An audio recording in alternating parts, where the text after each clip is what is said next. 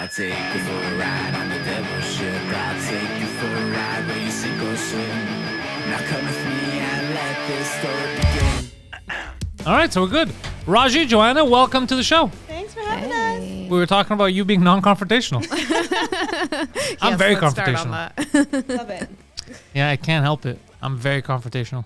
I thought I should go to therapy. No, that's Is not that bad. so? I thought you need therapy if you hold it in. If you're non-confrontational, No. Oh, I don't know. or maybe if you explode too much, yeah, you definitely need therapy. Yeah. You Yeah. need therapy both ways. It's both. Everyone It's should for be in everything. therapy. Are we seeing the proverbial you or me? Ooh. It's a royal we. The confrontational me. Yeah, the confrontational me probably needs some therapy.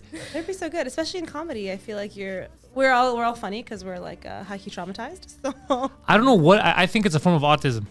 That's how I've described it. I think it's everyone's brain works differently. Mm-hmm. Some people, their autism is good for math. yeah. Some it's for cooking. Us, it's for finding the funny. Like that's where your brain automatically goes. Where other people go somewhere else, we're just geared in a way to find the joke in something. That's all it is. Yeah.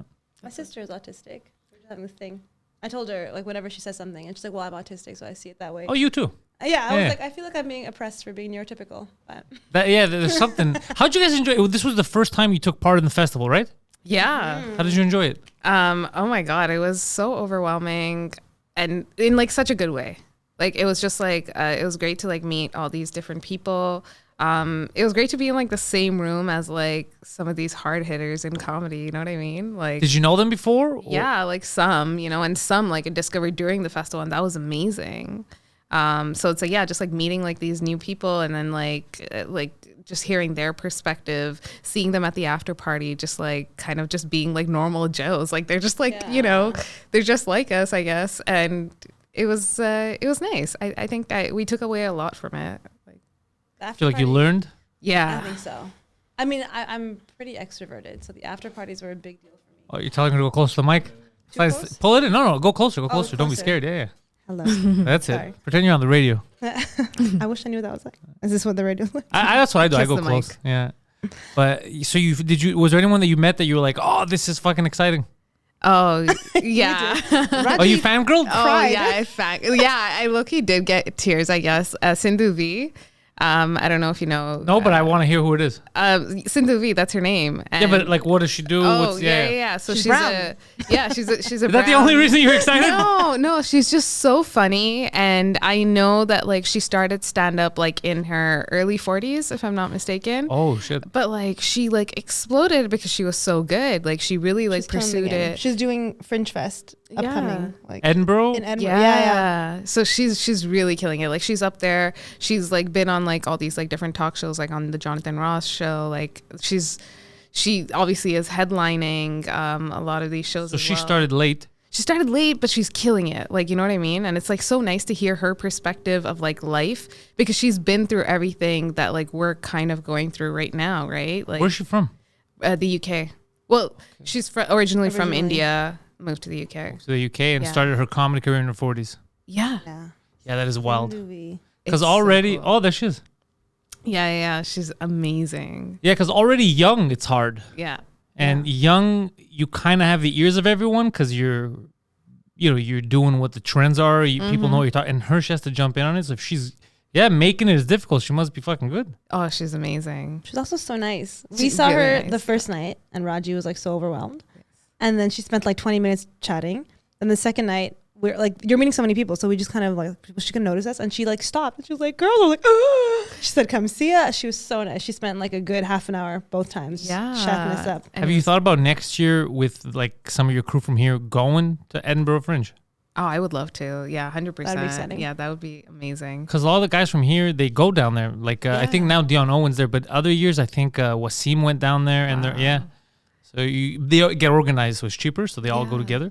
It wouldn't be a bad idea for next year. You guys prepare. Yeah, They go and they perform? Yeah, they go in the perform. You set up from before. You have your little Wow. show that you make, and fucking you go down there. People see you for the first time. You have fun. You hang out with your comedian friends. You meet new people. That is Yeah. cool. That's the best part of the festivals. Yeah. That's one of the big ones too. So it's like there's JFL and then the Edinburgh one. Edinburgh's good, yeah. And I've never even performed there, but I know it's good because all my friends have. Have So they they all performed at all Edinburgh? perform. Mike used to go there. Wasim, like Is people that I that know there from just here. for laughs, kind of, or is it like a one day? No, thing? no, Is it's it completely different, but it's good for because it's fringe. You get a nice mix of different types of shows. So you get a nice mix of different types of comics. Okay, So you get to meet a lot of different people, different perspectives. It's fun. And but it's mostly comedians because I feel like the Just for Laughs that I noticed only this year is like there's sketches and there's plays, there's monologues, and there's like yeah, in French, this is what's strange is that in French I've noticed a lot more monologues. In Okay. English, they're hard to find. During the festival, they'll bring different types of Sure. comedians out here, but I didn't even know that it was so prevalent in the scene until I started doing it in French, where I noticed they have monologuists and other like weird improv type of stuff for an hour and a half, like shit that you wouldn't think would be easy to do or possible rather, and they ace it. They do it well. It's very hard to do a monologue, Yeah. and you're not even trying to be funny most of the time. yeah. It's not easy. Yeah. I don't know if I can ever do that. A comedy set isn't monologue. It's a funny monologue. But you break the silence up with the laughs. Yeah. Imagine Oh, I see. Just you chatting. doing 20 minutes and you're not sure if they're entertained because the feedback you're used to, the laughter, you're not getting it. Right. That is I would scary. just ask for Yeah. validation, like I do in therapy. Are you guys enjoying this? Aren't you too young to already need so much therapy?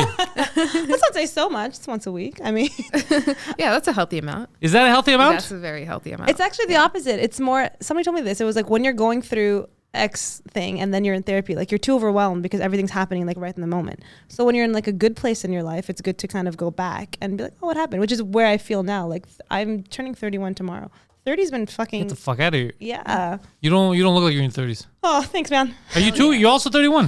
No, You guys I'm look like you. 28. 28. Get the fuck out of here. You guys look young. I thought we were all in our late 20s. I thought you were all in your early 20s. Oh, thanks, Yeah. man. Hey, we love that. You know Yeah, what? yeah, I It's swear to God, I the- didn't, It's the therapy we went to. Yeah. Keeps us young. Yeah, that's fucking interesting. I wouldn't, if you hadn't said I thought you were like, you just started comedy. You're in your early We 20s. did, And though. Yeah. I mean, I did. I started in March 2022. Yeah. so how didn't you look excited?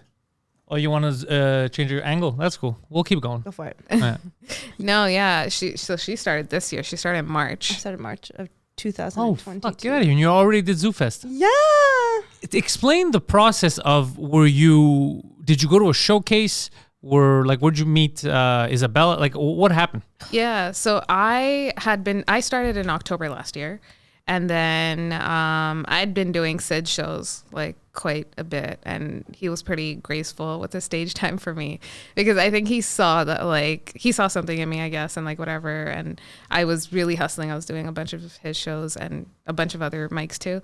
And then I got chosen to be on the showcase, so Sid's showcase for JFL, and I did that. And then that's how I think that's where Isabel saw me.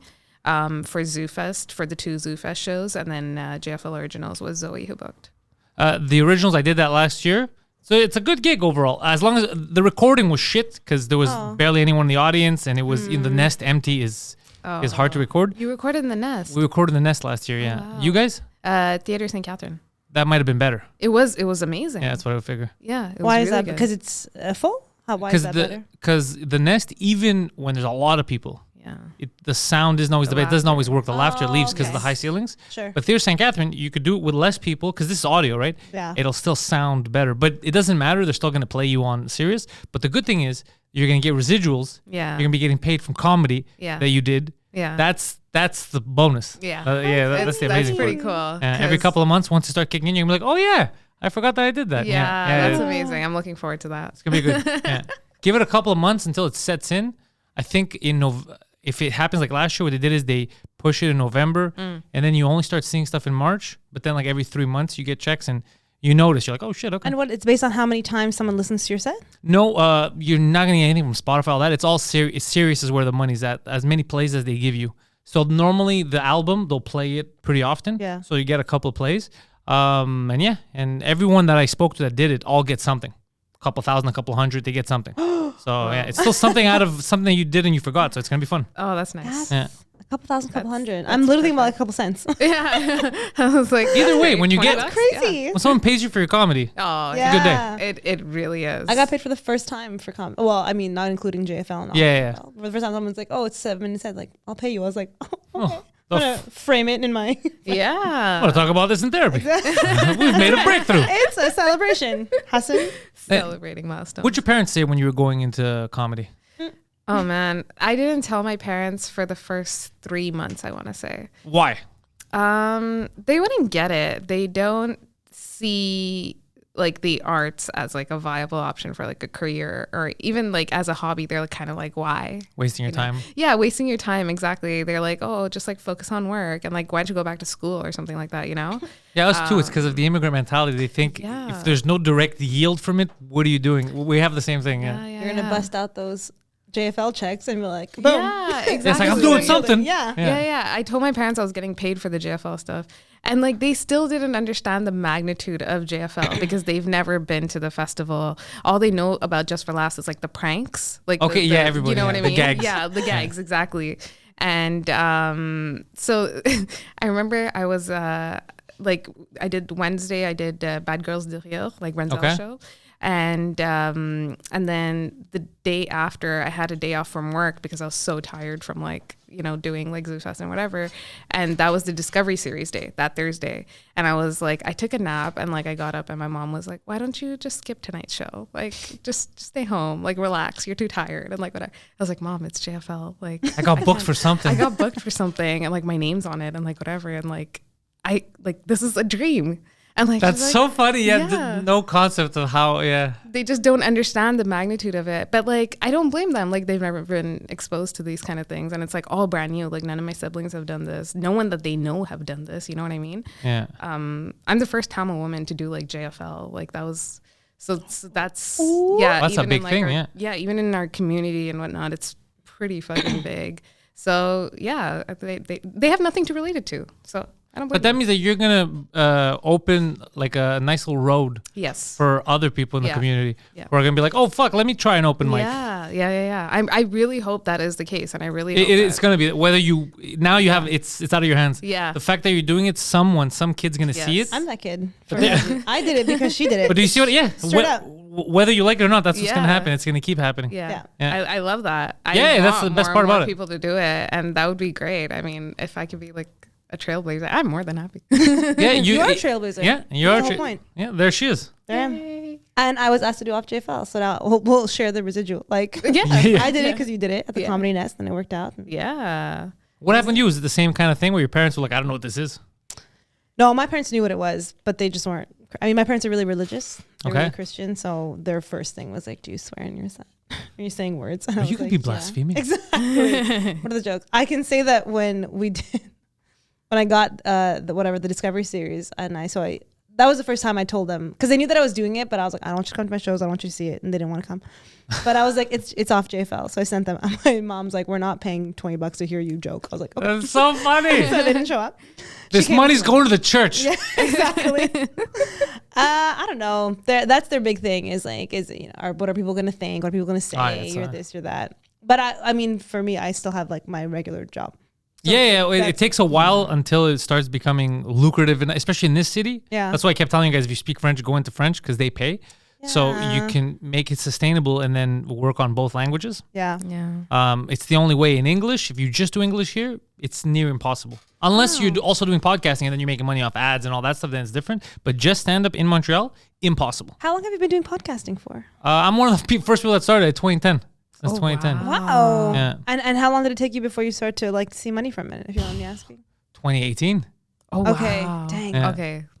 Yeah, we always talk about it. But everybody will have like a good conversation. Like, we should do a podcast.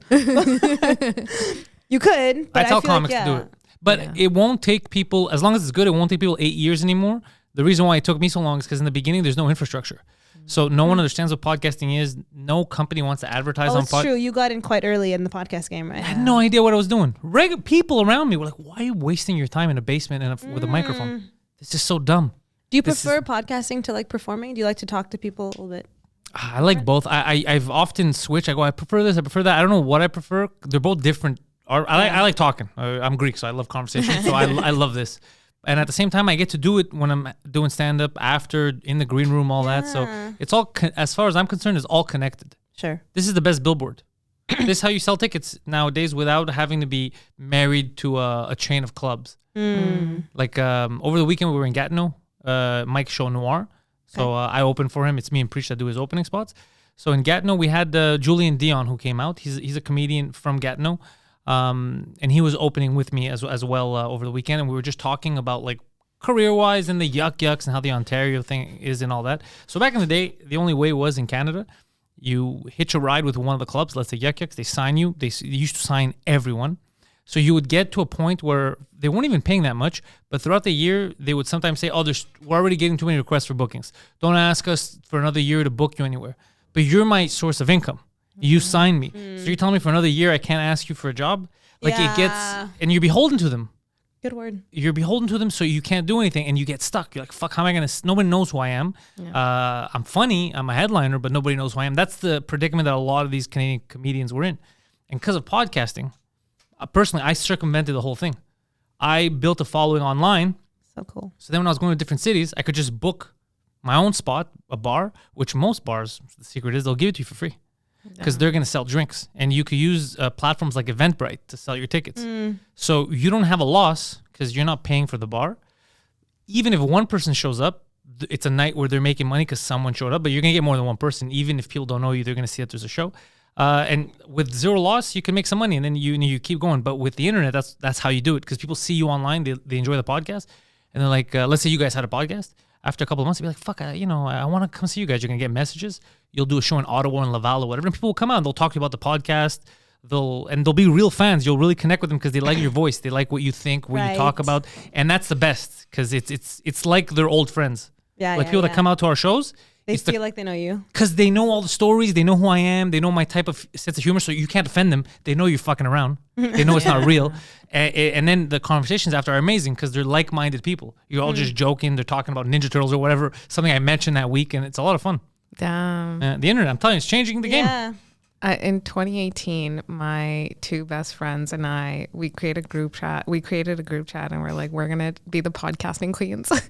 And that was the actual name of the group chat. And then we never did it, and I'm so pissed.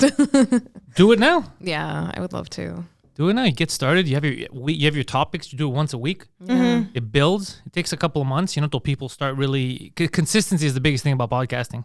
Is you have to stay consistent through that hump of no one listening. It's annoying. Yeah. It's the only way to do it, though, because then it snowballs. People start liking it. People start sharing it, and then you start getting regulars. And That's your friends to do it. Yeah. Okay, what's your favorite podcast? Oh, fuck. Or what are your top three? I like Matt and Shane's Secret Podcast. I like Shane Gillis. He makes me laugh. Tim Dillon. I like Tim Dillon's podcast. He's always screaming about something. And third, I would say, I'm not even going to talk about comedy because it's too obvious. I like, there's a podcast called Anything Ghost. It's a guy who just talks about ghost stories. He's got a funny voice. Yeah. But it's not funny.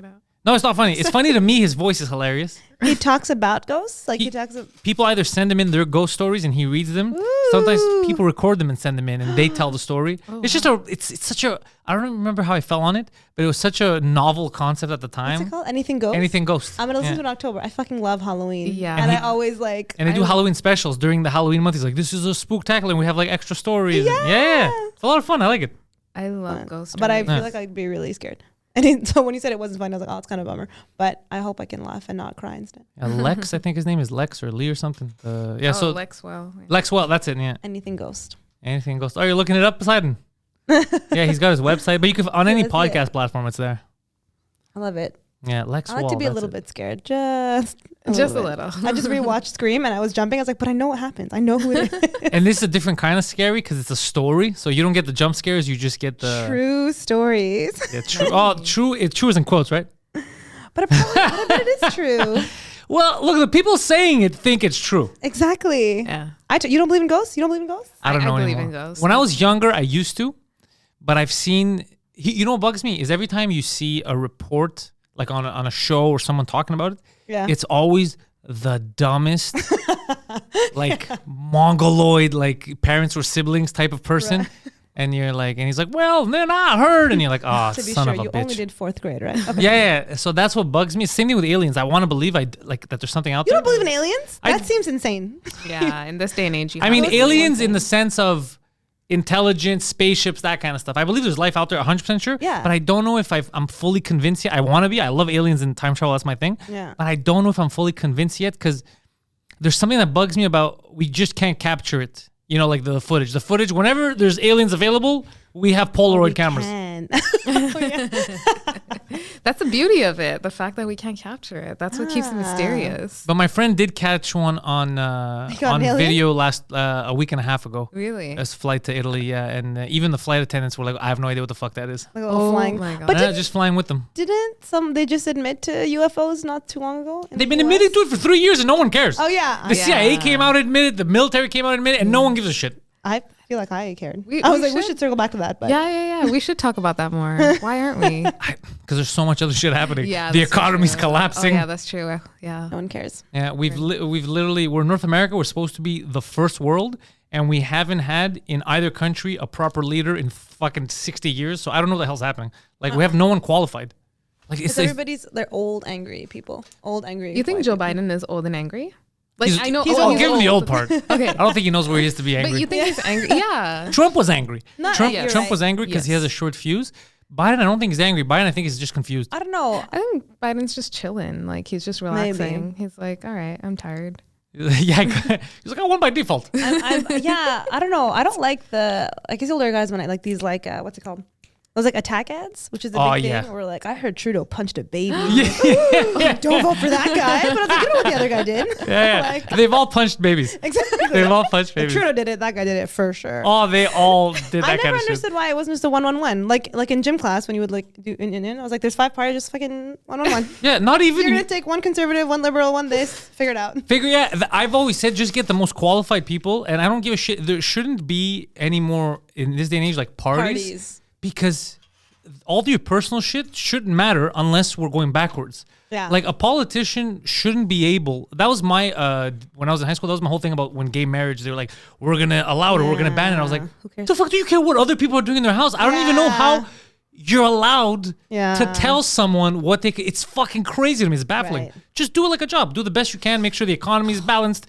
Make sure another country's not trying to attack us. That's your job. Yeah. Not the personal shit. What the fuck do you care? But that's the genius of like these campaign managers and marketers, because you think they're like, you know what's really stressful are gays, and you're like, yeah, because that you're single because everyone's gay, and you're like, shit. I can't keep it like, Yeah, that's what it is. And so it is. So then you think like, yeah, that's the reason why I'm not where I am. And so it's little like snippets. Yeah, and I was like, that can't. See be right. that girl? She could have been yours. Exactly. But that's a lesbian. And you're like, yeah, this lesbian thing's going. Exactly. Why do they keep turning? And then you hear somebody explain to you. Them, that guy, I'm voting for him. Like, Yeah, someone has to explain to you. They're not turning. It's what it is. It's like, no, something changed them. Pretty sure it's the subway. I said I'm in Somewhere in the a water. lot of religious circles, right? So that's the whole thing. And I said it, and I didn't even mean it as a joke, but they were like, I know it's a trend because all of a sudden they're all coming out, and I was like, there's a reason why we call it coming out of the closet. Right? Like they were literally in the closet up until here, and they're literally coming out right. Yeah, it wasn't documented. Yeah, that's what it was. It wasn't. Everyone's scared to be open. You used to go talk to old gay guys who are 50s and over. Yeah. Ask them how it was in the 80s. Yeah. Oh. They get the shit kicked out of them. Those are the best ones to see when I'm on the street. I'm like, Yeah. you guys fought a lot to be doing this. Yeah. My friends, whatever. Right? But a lot of them, they'll get annoyed with the young generation. Yeah. They're like, You don't know because the a lot fight. of the young generation says like, oh my God, I'm so oppressed. And I'm like, buddy, Are You don't know what we went you through. have parades. Right. People used to attack me Right. for going dancing. So but I get it too. That's when you realize when you're older, like I feel like I'm an old man now. But even when people complain about stuff now, I'm like, I had it so much harder when I was a kid. Right. Yeah. Right. It's a different kind of struggles, that's for sure. We can't discount that, right? Like I think it's still hard for the minorities to come out. Like I think life is hard. I think it's never going to stop being hard. Yeah. I don't think it is. Just people have to be a bit more understanding moving forward. 100%, That's yeah. all it is. But we have this weird struggle now where everyone's trying to make everything super easy. Nothing's ever going to be perfect. It's impossible. Let's say like right now we love comedy. We're in comedy. We're comics. It's never going to be easy to just be like, I want to go on stage. I'm going to have a new set. It's going to be ready. Sorry. It doesn't work that way. No. Yeah. You're going to have to eat shit. You're going to have to try. It's just, that's the system. That's Was how that it your works. experience? Did you eat a lot of shit at the beginning? Yeah, look, I got away lucky in the beginning too. I didn't have to eat that much shit in the beginning. I have eaten a lot of shit and I will still bomb. Yeah. But I can't lie and be like, oh, it took me 10 years and Yeah. no. I feel the same. I was so lucky. I was lucky, yeah. The first person I met was Raajiee Baduri, like an angel behind closed doors, which is a big deal. And then Raajiee, and I was like, oh, I'm fucking floating on air. And then Isabel and Renzel. It's like everybody I've met has been quite. Well, this is what we're talking about. You need a good circle. Yeah, but that's what Yeah. we're talking about when we kind of first really officially met you at that party, right? Because Yeah. you were, oh man, I've said it since you said. I said to 100 people, you were like, why are we?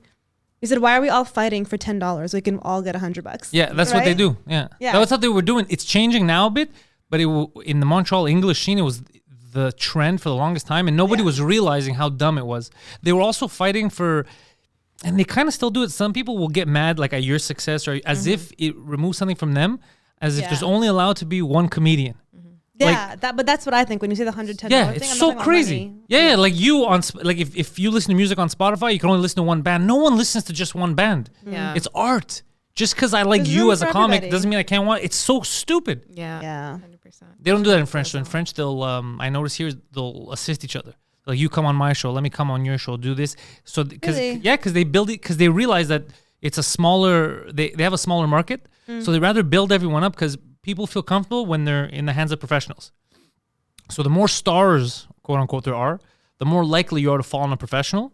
The more likely you are to respect me if the people I have on my shows are viewed as stars. If everybody I bring on my show is like a pharmacist that does comedy once a year, you start losing respect for me too. You're like, wait a second. Every time I go see this guy do stand-up, every person on there is some amateur. Yeah. It doesn't make. But if everyone's a star, if everyone has a following, Yeah. it looks good on everyone, and everyone's better too. So you get a better quality of show.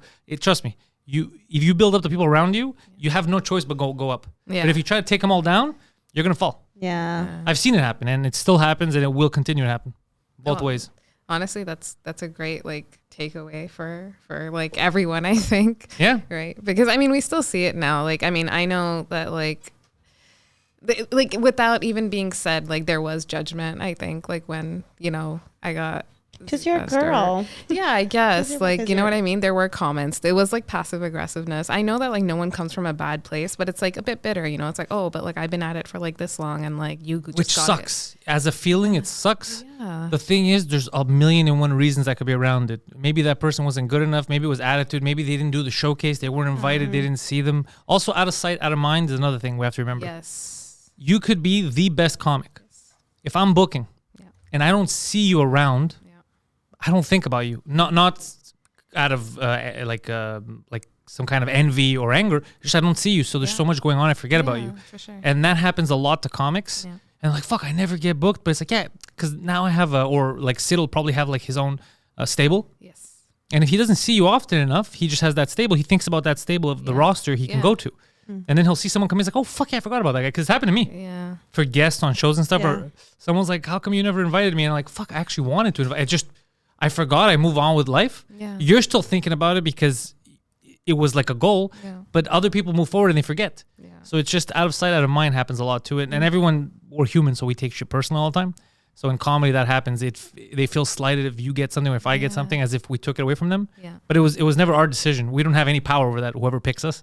It's true. It's like right place, right time, right? Like I think that also plays like a huge role in like comedy and just like arts in general. Like you never know when you're doing a show and there's like a booker there, right? Like for whether it is for JFL or for anything. So that also plays a big role. Because you said, oh, because you're a girl, people are going to get mad. The girl thing is going to work in your favor, and don't feel bad about it. You know why? Because that's the system. Yeah. So if there's going to be a show like, oh, we need a girl. Oh, we need some. Yeah. Oh, we need ethnic people. All that. Don't ever feel bad if they No. because you're like, well, that's my opportunity. Yeah. You're not saying, hey, you have to put a. No. That's fucking. You take the opportunities. Yeah. Fuck that shit. No, don't feel Yeah. bad about that. That's For the longest time, I think we've been denied opportunities because Yeah. of the way that we look, because of our. you the do way look our like gang hair is members. and- You came in here with bandanas and. Yeah, yeah. And we're like, yeah. So I mean, if we're gonna use it to our advantage now, because if 100%. this is our time to shine, like we should take advantage of it. So No, but we're you here. should because it's not up to you. Yeah. And if the other way around worked, no one would be on your side. Yeah. You get it? So just if there's an opportunity, seize it. Yeah, 100%. And then it's up to you to do well or fail. Yeah. Because the truth is, no matter what opportunities people give you, if you suck, the opportunities are going to start becoming fewer and fewer. So if you get an opportunity and you could do it, fucking keep doing it. You can open doors for yourself and everyone around you and keep going. But no, don't doubt yourself because someone else is pissed. Yeah. Because sometimes that could creep in, but it doesn't help anyone. It doesn't help you or them. Fuck that shit. You get an opportunity, Do the best you can. I was struggling with that quite a bit. Yeah. Imposter syndrome? Oh, like next level. That was created specifically for women of color. There's a lady. Imposter syndrome? No, actually, I get it. That term was coined by a professor in the U.S. or something who was talking about how women of color specifically feel like they're out of place. I'm a lady of color. And she labeled it. I guess you could say that in a lot of ways. But imposter, yeah, it's true. I don't know how else to label it, but imposter syndrome. 100%. Poseidon, what? Yes. Yeah. Thank you. That was his support. I get imposter syndrome too. It's normal. Mm-hmm. Everyone gets it. I think for us though, I don't know about you, Joanna, but because we got to a place of like JFL so quick, right? Like within less than a year, For me, like 5 minutes for me, right? Exactly. Like you can count the number of shows you did. Yeah. Right? But when Isabel found me, it was my 5th time performing ever. That's fucking insane. In my life. And I briefly met her, I think the week before I met her at Raajiee show, and I noticed that she'd been in JFL, so I just wanted to be polite. And I literally was like, oh, you were for JFL? And she goes, yeah. And I was like, nice to meet you. I'd love to like hear about your story. And that was it. 2 seconds. Then I performed at Bad Girls. She happened to be there. Didn't hear anything. Then like a week or 2 later, she reached out to me on Facebook and she's like, could I get your email? But I had asked her to go for coffee and I said, sure. And then I got the request and I was like, oh. And for like, you're talking about like heavy hitters and the thing, like I got it. And then when I found out who was on it, I was like, you think I'm okay? Oh, they were big, they were good names. Yeah, okay. But it was Raajiee, it was Ben, it was Lawrence, it was Michelle Forrester, Michelle Furtado, Coco Belleville, JC Surette. What was that? Renzel. Okay, yeah. Renzel was like a big deal for Trevor. Because I saw Renzel in a lot of places. Yeah. So for me, I was like, okay. Like, and I didn't keep it. That was the worst. So in the middle of the show, this other comedian who had seen me, we're just catching up, I guess. I don't know. We were just talking. And he's like, how long have you been doing it for? I said, March. He goes, what year? I said, this year. And he's like, wow, you're new. And I went, yeah. And he's like, oh, that's why everybody hates you. And he said it so calmly. And I was like, yeah. Oh, fuck. Did someone say that to you, though? Yeah, all of them. They got it in a meeting together. There's a Facebook group. But that was it. It was so quick. But the thing is, it's not up to it's weird because it's not up to you. You got picked. You know what? It's like right now, if somebody shows up and says, hey, Pantelis, do you want to play Batman in the next Batman movie? I'm going to say yes. I'm going to make a terrible Batman, but I'm going to say fuck. Well, it's different. I'm not saying you're going to make a terrible movie, but I mean, I'm going to say yes, and they could get mad at me, but it's like, who would say no if it's your dream? Like, it's not my dream to be Batman. Exactly. But if it's your dream, why the fuck would you say no? Yeah. You're mad at Warner Brothers because they should have picked Ben Affleck or something. That's fine. Take it up with them. Yeah. But why the fuck would I say no? You would never say no. Yeah. So why would you pretend like I should say no? That's the only, if their booking is bad in terms of like, oh, we're not picking the right people or whatever, you take care of that with them. Not with the person that... But do you think it's fully... So when I say talent alone, I will say it's split between... It's not talent alone at all. Well, I hope that's most of it, but I think it is a kind of person. That's what I feel, especially with Isabel, who we love. Isabel is our fairy godmother. But like the sense I get with Isabel is like she's not just looking for someone who's like good at their job. She is just like, but is this person going to be able to like get along? Will they... Like when we met you, she literally took us to like 4 different people at the party.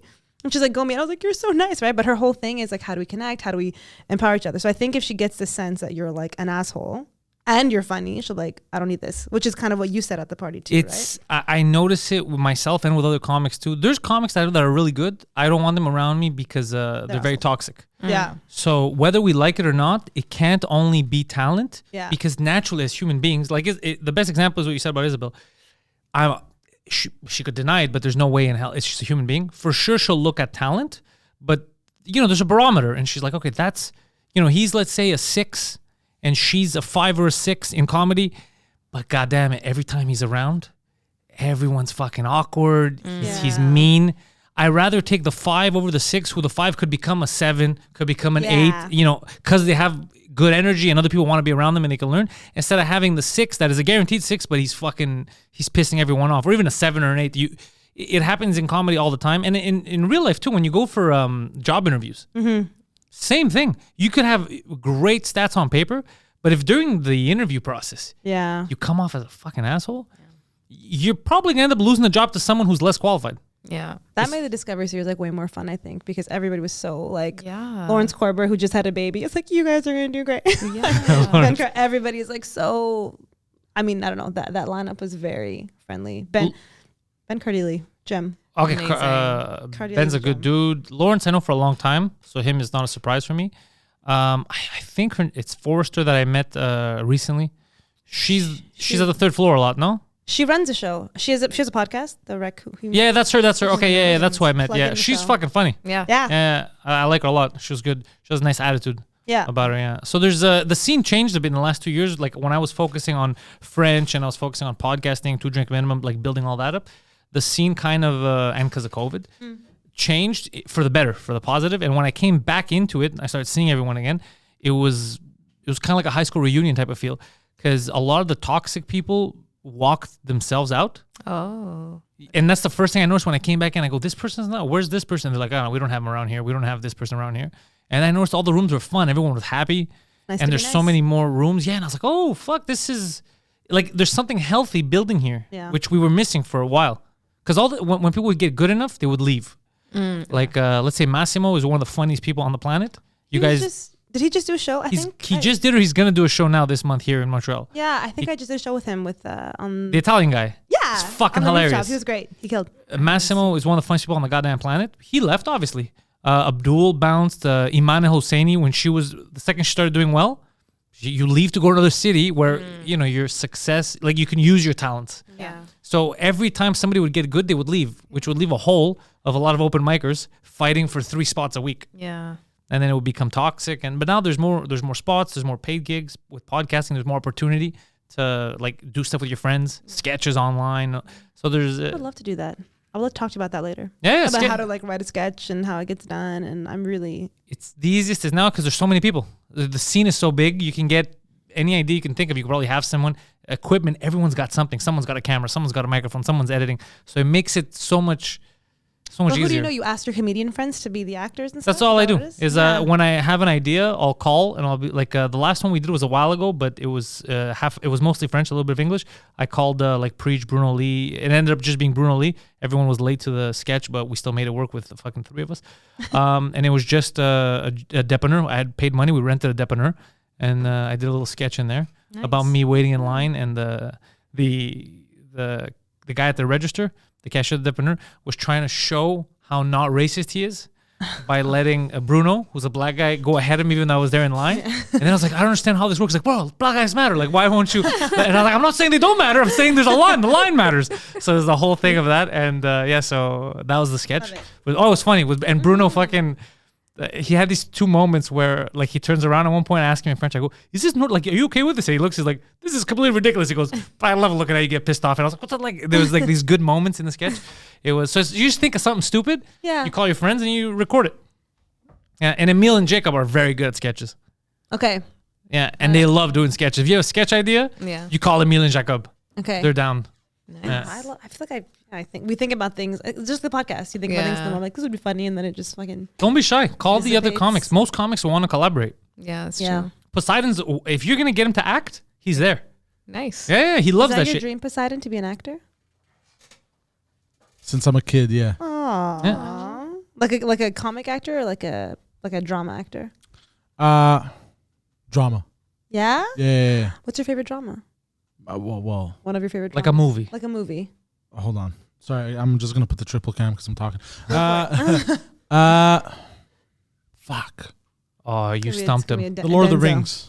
The Lord What? of the I Rings. love That's that. a drama. Well, well, I guess so. it's not a drama, but I mean like It's a dramatic story, yeah. There you go. but it's sci-fi. The Lord of the That's Rings. not bro. sci-fi, it's That's fantasy. the best answer you It's could have given. fantasy. Hold on. What do you think sci-fi is? But hold on. But fantasy is my favorite genre. Okay, Yeah, not yeah, drama. Okay, Yeah, when you yeah. hear drama, when she said drama, I you heard, weren't I heard thinking. either comedy or something like Yeah. serious. Okay. That's where my head went at. Sorry, And you thought meant, it's serious because the stakes are high with those goblins. Damn right, bro. One ring to There rule are them all, no bro. goblins in The Lord of the Rings, sir. We're all over the Ogres. Oh, is that what it is? It's ogres, no? It's- there Ogres, is a orcs, golem. goblins, it urukai. Urukai. Yeah, it's like they're like Like a clan from Japan. they're But what's an they're urukai? basically orcs, but like more stronger. More stronger. Pantelis. Yeah, and bigger. I'm sorry. How did I not Stronger know this? orcs, idiot. Strong. I have no Strong idea horse. what's going on. Is it? You know what? You watch Lord of the Rings. Welcome to my party. You know what? Raajiee exclusively watches Bollywood movies. Yeah. Which sounds racist, but it's just the truth. It doesn't. the truth. I love Bollywood movies. You by think? the way. Hold It's on. the best. Hold on. I'm gonna love this. So we're from Park X. So my buddy Dano, my buddy Dano is half Iraqi, half Syrian. Okay. Chill. Let that sink in for a minute. Yeah. His favorite food to eat, Indian, obviously, he's in Park X. The funniest thing is how many times I would show up at his house and he would go and rent Bollywood movies. That's so. And he knows all, and He he'll took say the a couple of time. words and be like, and this guy's not, and he's in this movie. And I'm like, bro, you're not Indian, bro. What the fuck are you doing? Like, I don't understand. Like, how do you even get into this? Like, hey, they tell me what's good, what's popping. He's like, look at him, dad, this is great. Like, he just loved Bollywood. It was the funniest thing Is to he see. single? Introduce him. I don't know if he's single anymore, but it's just fucking hilarious. He works at the hospital, but it's fucking hilarious. I remember going, and he was the first person, and he's not Indian. I have Indian friends, Yeah. but the first person to introduce me to Bollywood movies was him. Wow. Yeah. That's awesome. Yeah. I love that. I'm trying to get Joanna to watch Bollywood movies, and she's very close to Indian. Not really. Where are you from? We're both from Sri Lanka, Yeah. which is close to India, but Well, geographically it's physically, close. yeah, exactly. But people are just like, you're some kind of Indian, and we're like, okay. There's a difference. There's There's a at big least difference. slight. There's a big difference. It's a Yeah. whole different thing. Exactly. Yeah. Whole different country, whole different. I'm not a Bollywood person. What do you like so much about Bollywood? What is It's it? just so entertaining. It's like so like, and then I get like, okay, but like I'm like a diehard fan, so it's like I know everything about their personal life and like everything for the actors and like whatever. Oh, like the tabloid stuff. Yeah. Oh, like that's why. everything. That's why. Yeah. Yeah. I know It's Shwaya actually Rai and Nick Jonas's wife. Who I Yeah, Nick Oh, Jonas has a fucking hot wife. Yeah, Priyanka Chopra. Yeah. Was she's she cool. famous in Bollywood? She was super famous, and she's an amazing. She's one of the most actor. famous like people on the planet. Now, but I know her. No, I no, know no. her from She's Western things. She's huge, even in India. Like she's huge. Like she's really big. Yeah, I know her. Even Poseidon knows her. Yeah, but she kind of canceled herself, which kind of sucks. She canceled herself. Like she got herself canceled. How? She married In a real cancellation, like rape, or was she like, No. look, I've been taking too many roles away from white people. No. Like what? How did she cancel No, herself? Is it just those two? she made some comments. She got a little political. She was kind of like discounting the lives of like Pakistanis and Muslims in India. Hey, look, if you're gonna discount someone, she picked It's her own. she picked the path of most resistance She chose, in that part of the world. She chose to be patriotic for the wrong in You the could be wrong patriotic situation. without hating someone.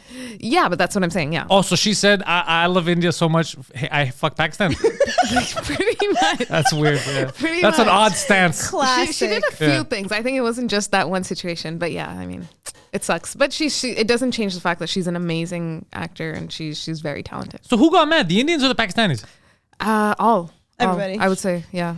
The Indians And- like, what are you saying? We're Yeah. trying to be peaceful. yeah. So pretty much everyone got pissed. And Was then, it that rough though? Was she like, look, man, No. India's nice, but you know what would help? So there Get was- rid of these Pakistanis. Like, is that how it was? It was rough. There was this one situation. She was at, like, this Controversy event. armpit. What are you? Oh my god! What the fuck is going on? You want to know what she said about them? Priyanka Was it- was Chopra it- for silencing trolls and armpit. What the fuck are we talking about? Wow. Oh, okay. She's honestly all over the place. Oh yeah. Was it the armpit that canceled her? No, she also endorsed like a fairness cream, which is like a bleaching thing to like make your Do you know about skin those lighter. things? No. That's a big thing in like Asian countries. So they sell creams to make you light skinned, so that you look There's- light skinned. Two things. Number one, I don't know if that actually works. That's fucked up, and that can't be good for your skin. Yeah, it's horrible. But the point is, if you're fair skinned, you're better. Yeah, but you're gonna be burnt skin. There's no way that could be good for you. No, it's horrible. Like But that's it. people get like rashes, like Yeah, eczema. that's what I like, would all that stuff. assume. Like there's this brand called Fair and Lovely, and it's very predominant in like India, Sri Lanka, basically any like South Asian country that where your skin is just darker. People use it to look lighter. It's But doesn't basically don't they see the people that did it before them that it fucks up their skin? No, they no. don't really care. They're kind of like Like I a just lot want to of, look like, lighter. When you see a So, lot of like wedding photos, I feel for like yeah. they look like white people. yeah. Like they're straight up That's white with the the whole goal. thing, and then when you see them in regular photos, they're like our color. But why is that? Since everyone around them, since they're there, looks like them, why do they want to look White- like the white other is side of the right. world? Yeah, exactly. It's like it's basically fairness as in lighter skin Yeah. is attributed to beautiful. Like, Why in that part of the world? It's just always it's But been an colonization age-long has its like thing.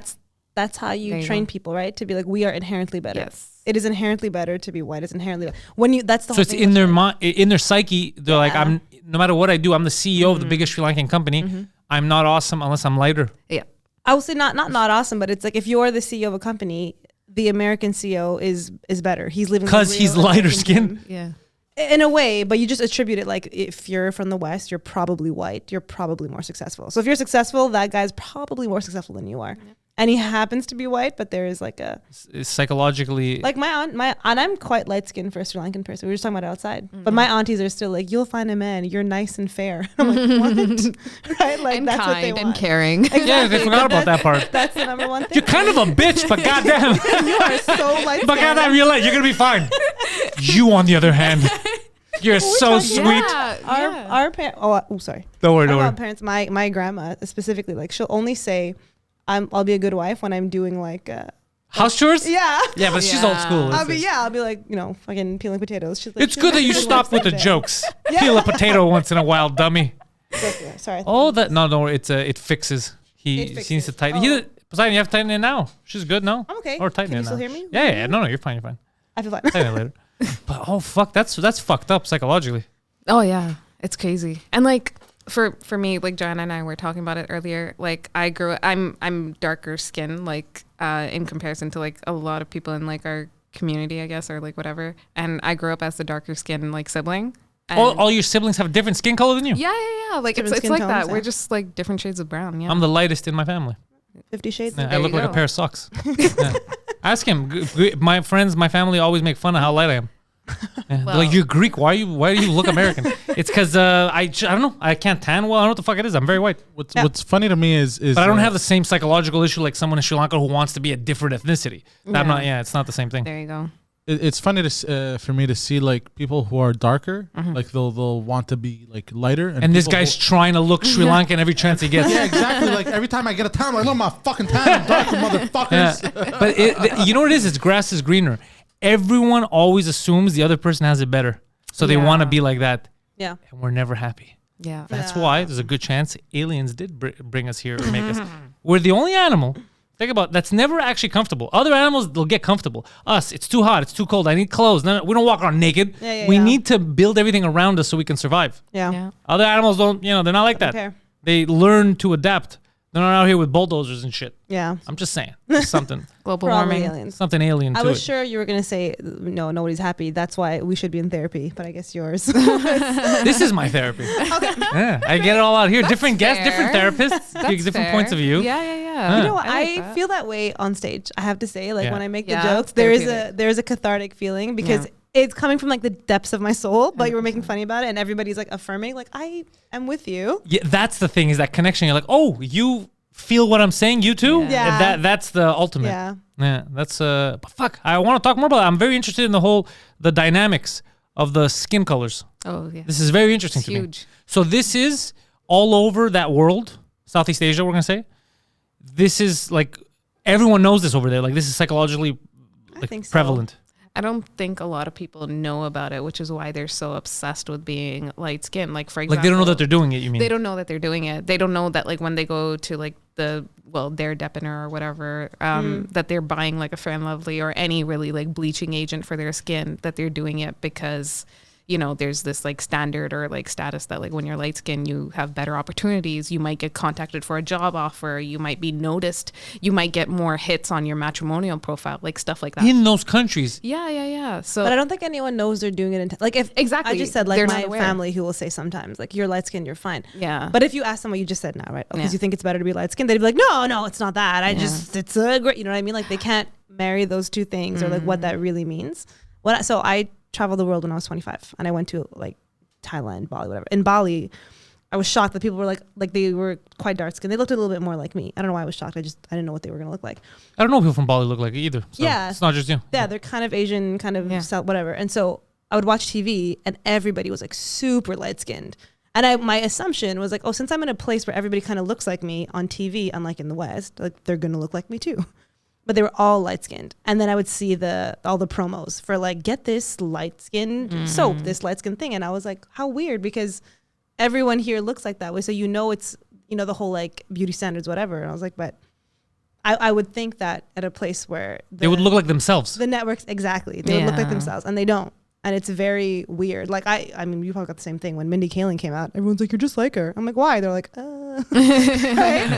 That's amazing. It's like, am I also like Aziz Ansari? We're all. Yeah. But the thing is, like, but that's rare there. In the West, I was like, there are much more white people in general. But in places like Sri Lanka, and I was like, they're not. They're all dark skinned. So when you see that much on TV, you're like, wait a second, guys, this isn't. Then you know, like, oh, that's what I want to look like. Just like here, I want to be skinny. But they're Yeah. like, I want to be light skinned. Fucking, what's her name? Priyanka Chopra is hella light skinned. And she probably. Was she always light skinned? Because for some reason, the photos we just saw, I remember her more brown. Yeah, I feel like she sure was more brown. If you find older pictures of any of them, I think. Oh yeah, they were hella dark. Yeah, because there she looks white, but that's not how I remember when I first saw her. If you see an older picture of Mindy Kaling, like in The Office, She was darker? and then Mindy Kaling. Wait, is she lighter now? Because in my head, I have her office style. When I think about her in my head, she's dark. I don't think that exactly. I don't think that Mindy Kaling uses light skin I don't think products, so. but I do think that when they put her up in like TV. and in like magazines, they try and make her a little bit more light skin. Because in The Office, she looked like, for me, like I was like, yeah, you look like every brown girl. Yeah. I loved it.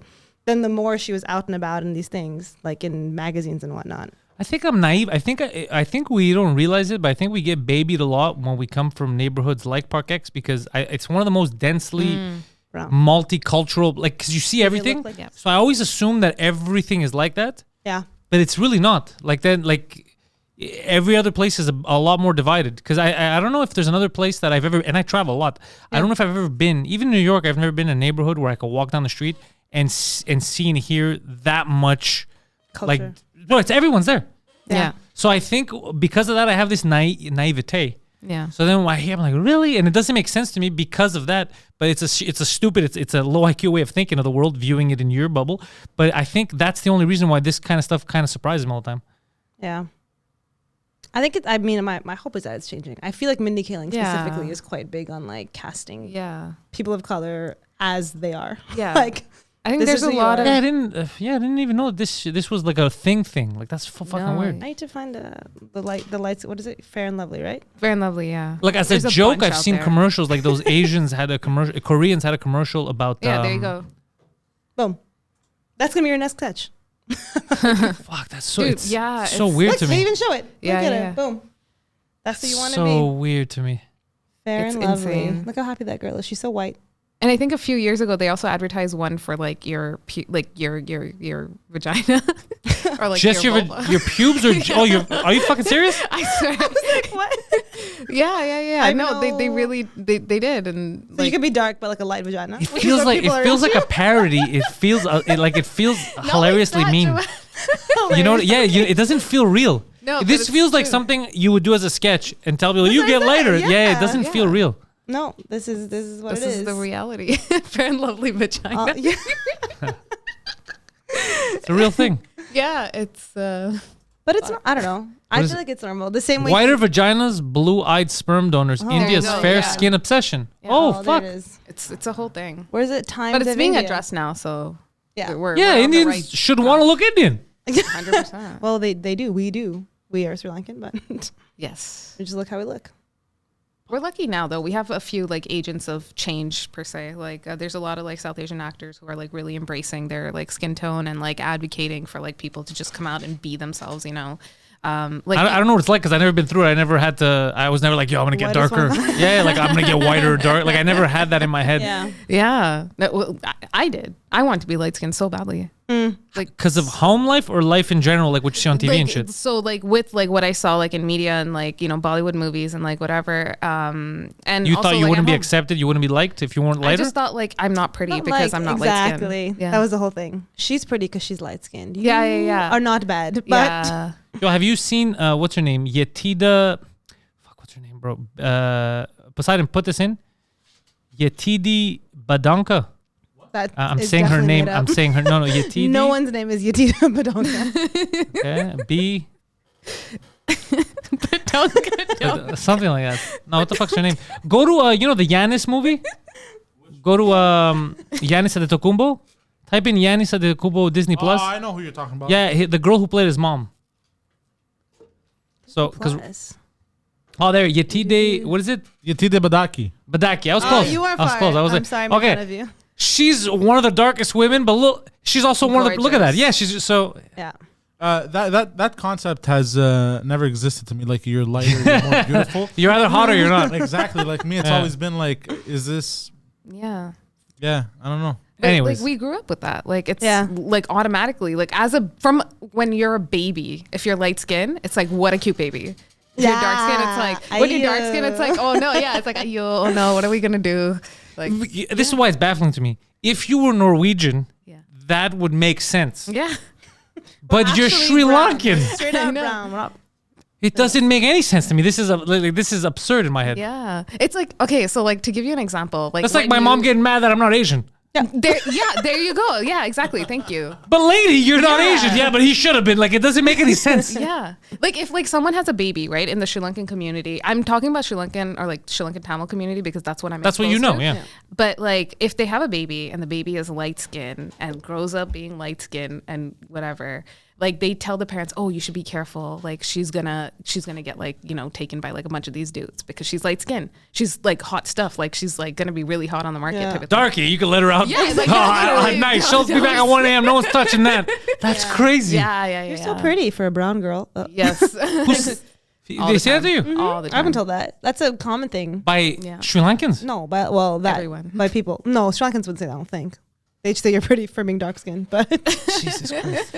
regular. Yeah, we've gotten pretty for a brown girl a bunch of Yeah. times. Pretty for a brown girl. Yeah, you're pretty for a brown girl. We're like, thanks. That's not even an underhanded right? compliment. That's a weird, mean thing to say. That Yeah. sounds. You say that now, but I remember like the first time I heard it, I think I was in high school, and all you hear is like, I am pretty. And so you also learn to be like, oh, like it's like stay in your lane. Yeah. So there's like pretty girls who are white girls. Yeah. Blonde hair, blue eyes, whatever. And then there's like kind of pretty girls, and like that's where you are, but I can't move up there because I'm not gonna be Asian, I'm not gonna be white. So I was like, oh chill, pretty for a brown girl is like I've made it. That's Yeah. totally fine. So when someone's like, yeah, but like you're not super pretty, I'm like, I think that's a subjective per person thing. Because you know what I mean? If somebody finds you pretty, they find you pretty. Yeah. Like, you would think. It You took would a hope. while to get past that because like even us, we started conditioning ourselves for like, yeah, like, okay, maybe I am pretty for like a brown girl. You know Yeah, what I mean? exactly. Because we're so used to hearing it. So Maybe we that's the just like only kind of accepted the pretty fact you that are. it's like, oh, if I'm in a group of like brown girls, maybe I'm pretty for like that like set of group, whatever. That's your but lane. if there's like I a need bunch these of white pigeons girls- around me so I can look at. That's There crazy. you go. How fucked up is that? What a mental mind fuck. Yeah. What a Yeah, mental that's mind weird. fuck. Yeah, that gets depressing. Like Yeah. I'm getting a little like You're all anxious. sad. Yeah, because Don't be. because it's a weird thing to tell kids. Yeah, 100%. Like you don't stop at you're pretty. But You're like you're pretty. You're like fuck for a brown. That's why for a we brown. have so Whoa, much whoa, whoa. It feels very like segregation. It feels like very. Oh, you can't. You could drink here, but you have to come in through that door. yeah. Like that's what it feels. It feels weird. Yeah. Holy shit. I don't know, keep us humble, I guess. No, that's where our trauma comes from. That's where our Yeah. comedy comes from. It's the fact that we're so traumatized from hearing all this all our lives. You're used to being We're just like coming a to terms with little, you're a little bit excluded all the time. Yes. And so you learn what that's like, and then you learn to be inclusive with people. I Also, think. normally people don't get why I think this is all weird is because normally people, if they'll get anything, racism, hate, or whatever, it'll come from the outside. Yeah. You guys are getting it from the inside. Yeah, that's what I find. That's what's mind-boggling to me. Yeah. But that's what I think is the troubling or the real mind fuck is when it comes from the inside. There is like, but it is coming from a place of love, and that's like they don't understand that they've been conditioned. But then you think that's reality because it's coming from the inside. So you're like, oh, this isn't even an attack. Yeah. But really, that- I'm but never gonna that's- make it because I don't look like. Never getting but married. that's like the colonization effect, right? It's like you learn to hate your own, right? Holy Because that fuck. like you run towards anything that's different, and then even your parents are happier for you because like, oh, good, like you've made it outside of the well, sometimes, right? Because I think Yeah. sometimes you want to keep it in the community, but other times if you learn to adopt a certain Western way to an extent, so you still go to like temple or I mean I'm Christian, so it's different, but I know for you it's a lot. If you're like Hindu culture, Tamil. Are you Hindu? Yeah. Okay. But like, if you, they're doing it out of a place. They want you to get married, so they want you to be light skinned. And then because marriage is going to be what helps you, what does whatever. So I want you to be the kind of girl that is marryable. Yeah. So do girls in your community, or even do guys in your community, do they not like Sri Lankan girls? Do they go after like Western girls, No. or they still want Sri Lankan girls? They want Sri Lankan girls. Okay. And what about the Good girls? Sri Lankan girls. What about the Sri Lankan girls? Are they, because of all this, do they go towards other ethnicities, races, or they still want the Sri Lankan guy, despite the fact that they're like, this guy's not happy that I'm not as light as I should? Like what happens I don't psychologically? know if that's a bigger thing. First off, I think we should start saying Tamil because like actually, so there's in Sri Lanka, there's two population groups. So there's the Sinhalese and then there's the Tamil people. Oh, this is interesting. Like Yes. us. And We Tamil. there's So you're, okay. We're So Tamil. you're both Tamil. We're both Yeah. Tamil. What's the difference between Tamil and you said Sinhalese? Sinhalese. Sinhalese. What's So the difference? We're the minority group. So a lot of our people are in the northern outskirts of the island. And What did you do? we got there first. Okay. But the Sinhalese are primarily Buddhists. Okay. And they So they're peaceful. no, they basically try to eradicate our They were the people. ones. Again, misconception. I heard the Buddhists were peaceful. What's going on? Aren't they supposed to be chill? I know they fucked up. No, they tried to eradicate us. We had a Jesus genocide Christ. going up until that ended in 2009, but the repercussions of it are still Still. happening. Of course, So yeah. this- 2000 yeah. You're gonna feel it for another 100 years. It's a 100%. genocide. Yeah, so they're Yeah. still technically still like, you know, attacking and trying to eradicate our people. Why though? What's the? They want the land, they want the resources, they want to have it officially like a Buddhist nation. They want full control essentially, and I feel like Sinhalese and Tamil is like it's obviously there's like a straight up war and genocide, but it's a bit like an Anglo-Franco thing, right? Like, kind of, yeah. because they're all Sri Lankan, Yeah. but there is these two. I don't know. Like, So tribes what's is the only right word. difference? It's just the religion. No. But like so during like the main riots, which were in the 80s, 90s, I remember like the way my dad I feel explained to me was like the segregation started in little things. So it was like a Tamil person had to get like a 90 to pass, but a Sinhalese person had to get like a 70 or 60, and it was just a way to make things like a little bit harder for the Tamil people, so that then like the Sinhalese people are in power, and so. But I mean, whatever answer we give, be it religion or it's just like you just hate people, right? It's like any other place in the world. Like, fuck those guys. They're different. Yeah. I'm gonna kill them. They just want power, and like power for them is like obviously there's the geopolitics of it too, right? Just more land, more power, and they want all the resources. Which like if you look at Sri But if it's Lanka, one country, Yeah. aren't the resources just the whole country's? But right now, so this is the whole thing. Right now, there's like a problem because of the pandemic and it was mismanaged, whatever. But I feel like it's a bit hopeful almost, because Oh, really? before, when things would happen like that, like you would lose power, you didn't have money for electricity, you didn't, all that kind of stuff, it would predominantly affect Tamil people. They're the minority, but nobody gives a shit because like you're Tamil, who cares? Yeah. But now that it's happening across the country, people like the whole population was like. So they realize what within the matters. street. Well, not what matters, but We're it's all getting like- fucked. Exactly. Yeah. So it's like, yeah, but you didn't give a shit when they were getting fucked. Yeah. But now that it's affecting you, you're like, well, maybe these people are a problem. yeah, But I think we were mean. yeah.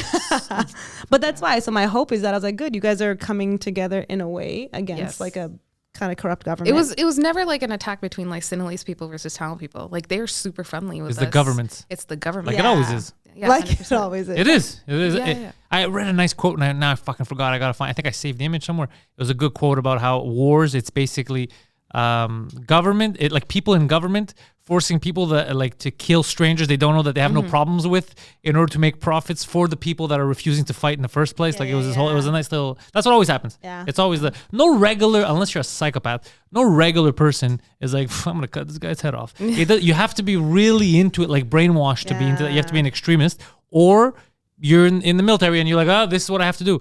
Every regular person wants the same thing. They want to be able to live, feed their family, be happy. No one's like, I can't wait to burn that guy's house down. It doesn't cross your mind. You're too busy taking care of your family. But it's the same thing we said before about like, I mean, the gays or whatever, like how people like use political things, right? Yeah. But the only way I think to win political points is to create division on the lower end. See, this is my strategy. Create division Yeah. on the higher end. Yeah. It's true. That's where it should be. That's what what I always say. I always tell you, stop fucking arguing about nonsense. They're fucking us. Yeah. And they're scared. That's why they fuck people. But this is your whole thing about why are we fighting for $10 so we can all have yeah. 100, right? They're It's scared of us. across Get the together. board. The government is few compared to us. Yeah. And they control everything because we're fucking idiots. What's that movie? V for Vendetta. Did you watch that movie? Oh, It's a Bug's Life. Natalie Portman. Yeah. We're in a bug's life. Also that. Yeah. You know what? I wish I'd gone Bug's Life. No, V for Vendetta is because it's so extreme, but it is that. It's basically that, yeah. The point, like, government should be afraid. That's so funny that you said that. Poseidon, you brought up a Bug's Life? Classic. Yeah, I This love that podcast movie. brought to you by Bug's Yeah. Life. Kevin Spacey, apparently, Oh, problematic. yeah, apparently banged some kids. I'm not it's not a smear campaign. I heard he was facing trial in many countries, one of them being Italy. Well, hold on, were the Was kids it asking many for it? countries? Yeah, I think the UK, the US, and decidedly Italy. the kids were not asking for it. I even know these kids. I Wait, can tell you right hold now. on. What did you say? But were the kids asking for it? They were Yeah, not. it was the language barrier. 100%. That's his excuse In in New court. Yeah, he's like, he's Italian. I misunderstood when he said "Mamma Mia." Yeah, he was apparently he banged a bunch of kids, and yeah, a lot of these amongst many other things. yeah, Amongst many. but a lot of these guys turned out to be like fucked up a lot. The Like worst. even politicians, same like now the list that never came out about like Epstein's Island. Oh, Yeah. Dude, we're talking about people that were flying there. Do you guys think, Poseidon, do people who are shitty Yeah. seek out certain roles, like powerful roles, so that they can continue being shitty? Or do good people get into powerful roles and then they become shitty? The whole like power corrupts thing. Okay. I read a book once. Just the Called- one book, just the one time. I've only read a book, but I have knowledge of this book. It was called the Psychopath Test. Oh, And it opened my eyes to something interesting. It was discussing the highest positions in the Western world and who has them and how they fall in a scale of actually being psychopaths. And it was Wow. yeah, and it was very interesting to see that the way it's structured. That's it.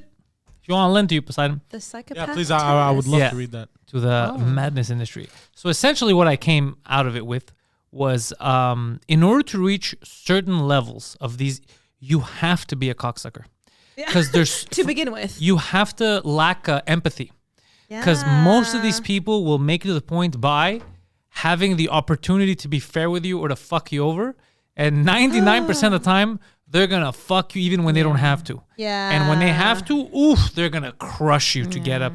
Which is when you talk about nice people, regular people, even if they can't bring themselves to do it because they have empathy. They're like, okay, I'll be able. Like if I fire you, all for like, and you all it's gonna give me is I'll be able to get an extra car. Let's say I have enough cars. It's cool.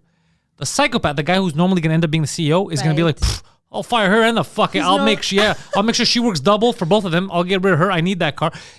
They'll do that to people that they don't need to because they lack empathy. So it was showing this fucking all these parallels. What was the worst one? What was the worst? The job. I don't remember the job, but I do remember when he was describing stuff and he talked about visiting someone in a mental institution and the parallels that guy had with people that were in, like he was making the same decisions when asked questions of Yeah. like someone that was that chose the same stuff, but is like in a powerful company, like I see, and it was just Wild. fucking wild. And then I noticed it in my daily life too, because You're a psychopath.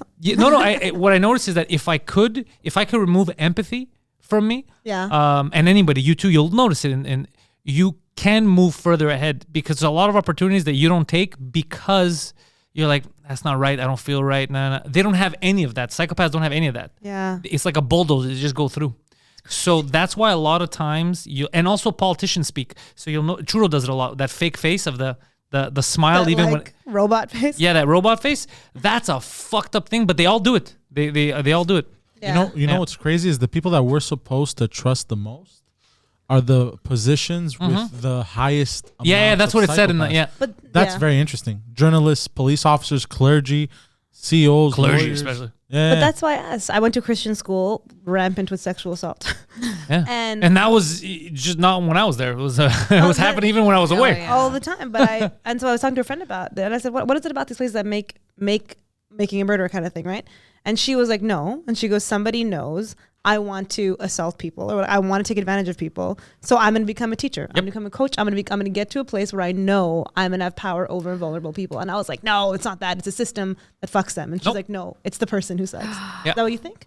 I mean, oh, Yeah, it's fucking. They'll purposely seek that out. That's why I hope that's not true. they'll purposely Yeah. seek it out. Yeah, because they have not everyone. It's not every clergyman. It's not every lawyer that's gonna or every CEO. But what happens is a lot of these fucking crazy people, they'll seek out a position where they can get what they want. And like, let's say they want to bang kids, for example, they'll get into a position where they That's dominate it. over children. Whether it's clergyman's club, Cub Scout leader, whatever the fuck they want to do, teacher, they'll get into position so they could then do what they want to do. So it's fucking crazy. That's why you have to be very weary of these cocksuckers. Okay, I have a question. Yeah. How creepy do we think the Pope is? Oh, I always make fun of him. Yeah. The new pope? Oh, he's the chillest pope. No, the whole I'm for some reason anything when it gets too culty, Yeah. I feel uncomfortable. And whenever there's dudes in matching suits, robes, a scepter, all that shit fucks with me. It's the same reason why I can't take the British royal family bugs me a lot. The fact that people still like the royals. Tradition. You fucking Dude, you have people ruling. There's a lady with a fucking scepter ruling over you. It's 2022. Yeah. It drives me fucking mad. I can't. I don't like any. When it gets culty, like, oh, we have to listen just because. I find it fucking weird. Yeah. I'm a freedom person. Yeah. Very ancient Greek style. Like I want people. You need to have a voice. You need to be creative. You need to Democracy question. was born. Yeah. You have to question things, or else there's no democracy. So the second you're like, well, I have to accept it because he said or she said, you just fucked yourself. Now there's no democracy. Yeah. You have to have a voice. You have to. There's no like Salman Rushdie. Yeah. So Salman Rushdie got fucking sliced up. He Yeah, lost yeah, his yeah. eye, I heard, but he's gonna survive. Some accident. If you react with violence because of words that you didn't like, you lost the argument. There's no idea that should be protected in that sense. We should be able to criticize, mock, discuss everything, and then we find that middle ground. You don't like it, you change the channel. Maybe it'll change your mind. Maybe, but we can't have topics that are too taboo to ever discuss, or it's punished by death. That's Yeah. crazy. Yeah, It's yeah. 20. Just as if you don't like it, there's stuff that will offend me or stuff that will offend you. What do? We avoid it. Yeah. If there's a, I don't know, if there's a fucking channel that it's just all it is fuck Pantelis 24/7. I'm probably gonna watch a couple of minutes. It'll be funny, but it's not gonna be for me. You know what I The mean? podcast that Raajiee and I are doing. That's a great name. That's a fuck great, Pantelis. yeah. That's a great the name. People are theme. like, what are they gonna find this week to shit on? But it's just you avoid. But I'm not gonna go out and kill people. 'Cause it's fucking insane. Yeah. But we have to stop accepting it. We accept too much stupid shit. We're like, well, that's the way it is. It shouldn't be. We gotta educate people. You can't do that shit. Yeah. I mean, I don't want to kill people, but no. Are you a No, psychopath? no. Do you remember what was it? It was The Walking Dead. You guys watch The Walking Dead back in Yeah. the day? Back when in I the was day, not the 9 years old. 37th season. It was crazy. There's a scene where there are obviously like 7 people on the planet, and then there's a little girl who's like a psycho. As in, she had like schizophrenia or something. Oh, I It was a can't remember kid. anything about The Walking Dead. It was so sad. She would like befriend these zombies because she thought that they were real, and so she would bring them in and like play, and they were slow, and so people were like, "You're really screwing us," but she's a kid, she didn't know. And then the woman is like fucking face the flowers and like shoots her, and I was like, oh, but all like week long or month long, we were all like, should we shoot a child in a zombie apocalypse? But the issue is like, She would have killed everyone. people. That's it, right? People Yeah. feel like I'm getting to a point now where like, you're just chatting, you're just doing your own thing. It's like, but it's really fucking us over. And I'm not like I even feel very weird about like military stuff.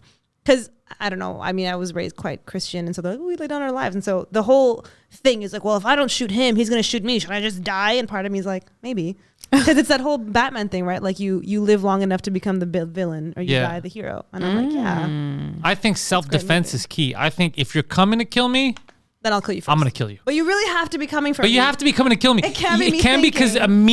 mean words. Yeah, I can't bring myself. And the reason why I can't bring, first of all, it's fucking crazy. But also, you ruin the whole, like I said, ecosystem. You fuck up the whole Yeah. planet. Because then now nothing is. If something is off limits, everything is off limits. It's the same thing like in comedy when people are like, you can't joke about. You can't put You those don't think rules. there's anything that you shouldn't joke about? No, ever? because you just prefaced it by saying joke. Our job is to joke, right? So if it's not Right. funny, it's gonna kill itself. Yeah. You're gonna stop saying it yourself because it's not funny. If there's a joke in it and people are laughing, it's a joke. There's something Maybe in it's it. who says the joke that matters. No, And just like how? who How? and how. It's Yeah. like there's stuff I say that people tell me I can never get away with saying that on stage. It'll sound too aggressive or something because my voice something works with it. That's fine, but it's not because they're not allowed. If you can't make, because there's jokes that I can't say because I can't make them work properly. It's gonna sound mean or it's gonna, I can't Yeah. get laughs out of it. It's not because I shouldn't be allowed. Yeah, I'll try it. Okay, it doesn't work. Then you continue. But the whole, you can't say that you can't play in this club. You canceled this. I remember a few years ago there was something here where a girl, they got mad at a girl for doing a rape joke, but the joke was about her rape. She made a good, and it was a fucking solid Yeah. joke about it. Yeah, she worked at the TSN, and it was a great fucking joke when I first heard it. And she told me, she goes, "Yeah, that was my real rape," so I made a joke about it. Right. And it was a solid joke. And then they were like, "Well, she shouldn't be." And I remember hearing that and being like, "You guys are fucking." First of all, it's her rape. That's If where I think anybody's too. gonna make If the it's your joke, story, it then should make be about her. yourself. Yeah. And then there was no, and then they said no one. Rape jokes are never. This is the best part. It was rape jokes are never allowed or should never be tolerated. And then like 2 months later, they did a night where it was like all rape jokes for rape victims and people who think like it's like okay, so now you just said there is a setting where rape jokes it's are okay, tolerated. Yeah. I don't like that. If it's funny, it's funny. If it's not, it's gonna like if I go on and I don't know joking about raping everyone in the audience, something that's not funny. The joke dies with me because then it's like, yeah, that's not a joke I can use. Everyone's uncomfortable. They thought I'm gonna rape them, Yeah. or something. It doesn't work. You don't need to police jokes. They police themselves. That's the beauty of comedy. You get, but there's always these people that think I'm the arbiter because it'll bother me. But where a rape joke would bother him or it's something, maybe for you it'd be a joke about milk. Who the fuck knows? I don't know your history. Helicopters. Maybe your family died in a helicopter crash. So that's your line. It's not up to me to search that. My job is to do everything I can to make stuff funny and not to try to attack you, because my job is comedian, comedy, humorist. I should always look for the funny. If I'm looking for the offense, like open micers do, they drop N-bombs where they shouldn't, just because edgy. You're not supposed to be edgy. You're supposed to be funny. Yeah. That I get. People are like, bro, that's not funny. They're not even trying. But if you're trying to be funny, it comes from a funny place. Some stuff's going to hit, some stuff won't. I have zero. You could talk about Greeks. You could talk about Christians. I don't mind any of that if you're trying to be funny. Yeah. If you're trying to be hurtful, no one's going to pick your side. Like very subjective and really like how you deliver it, how you structure it. And as long as you're not taking the low-hanging fruit when you're doing those subjects, right? But you'll notice it's the why I don't think it's worth policing is because it can't last long. So if you see I've seen open micers drop N-bombs heavy and crazy. There's no punchline. You're talking about like white open micers? Yeah, white. The guy that I'm thinking about, I think was Jewish, but white. yeah. Yeah. I'm not trying to be as specific as I can. Yeah. But the thing is, it was clear he was trying to be edgy because it wasn't even one of those oh fuck. Or it was not that. It was literally even me, and I'll laugh at a lot of stuff. I was like, I'm uncomfortable. yeah, I was like, he's just doing because he thinks that's the joke, the fact that it's so edgy, He's an open micer. He learned because people are like, yo, what the fuck is that, dude? There's nothing funny about that.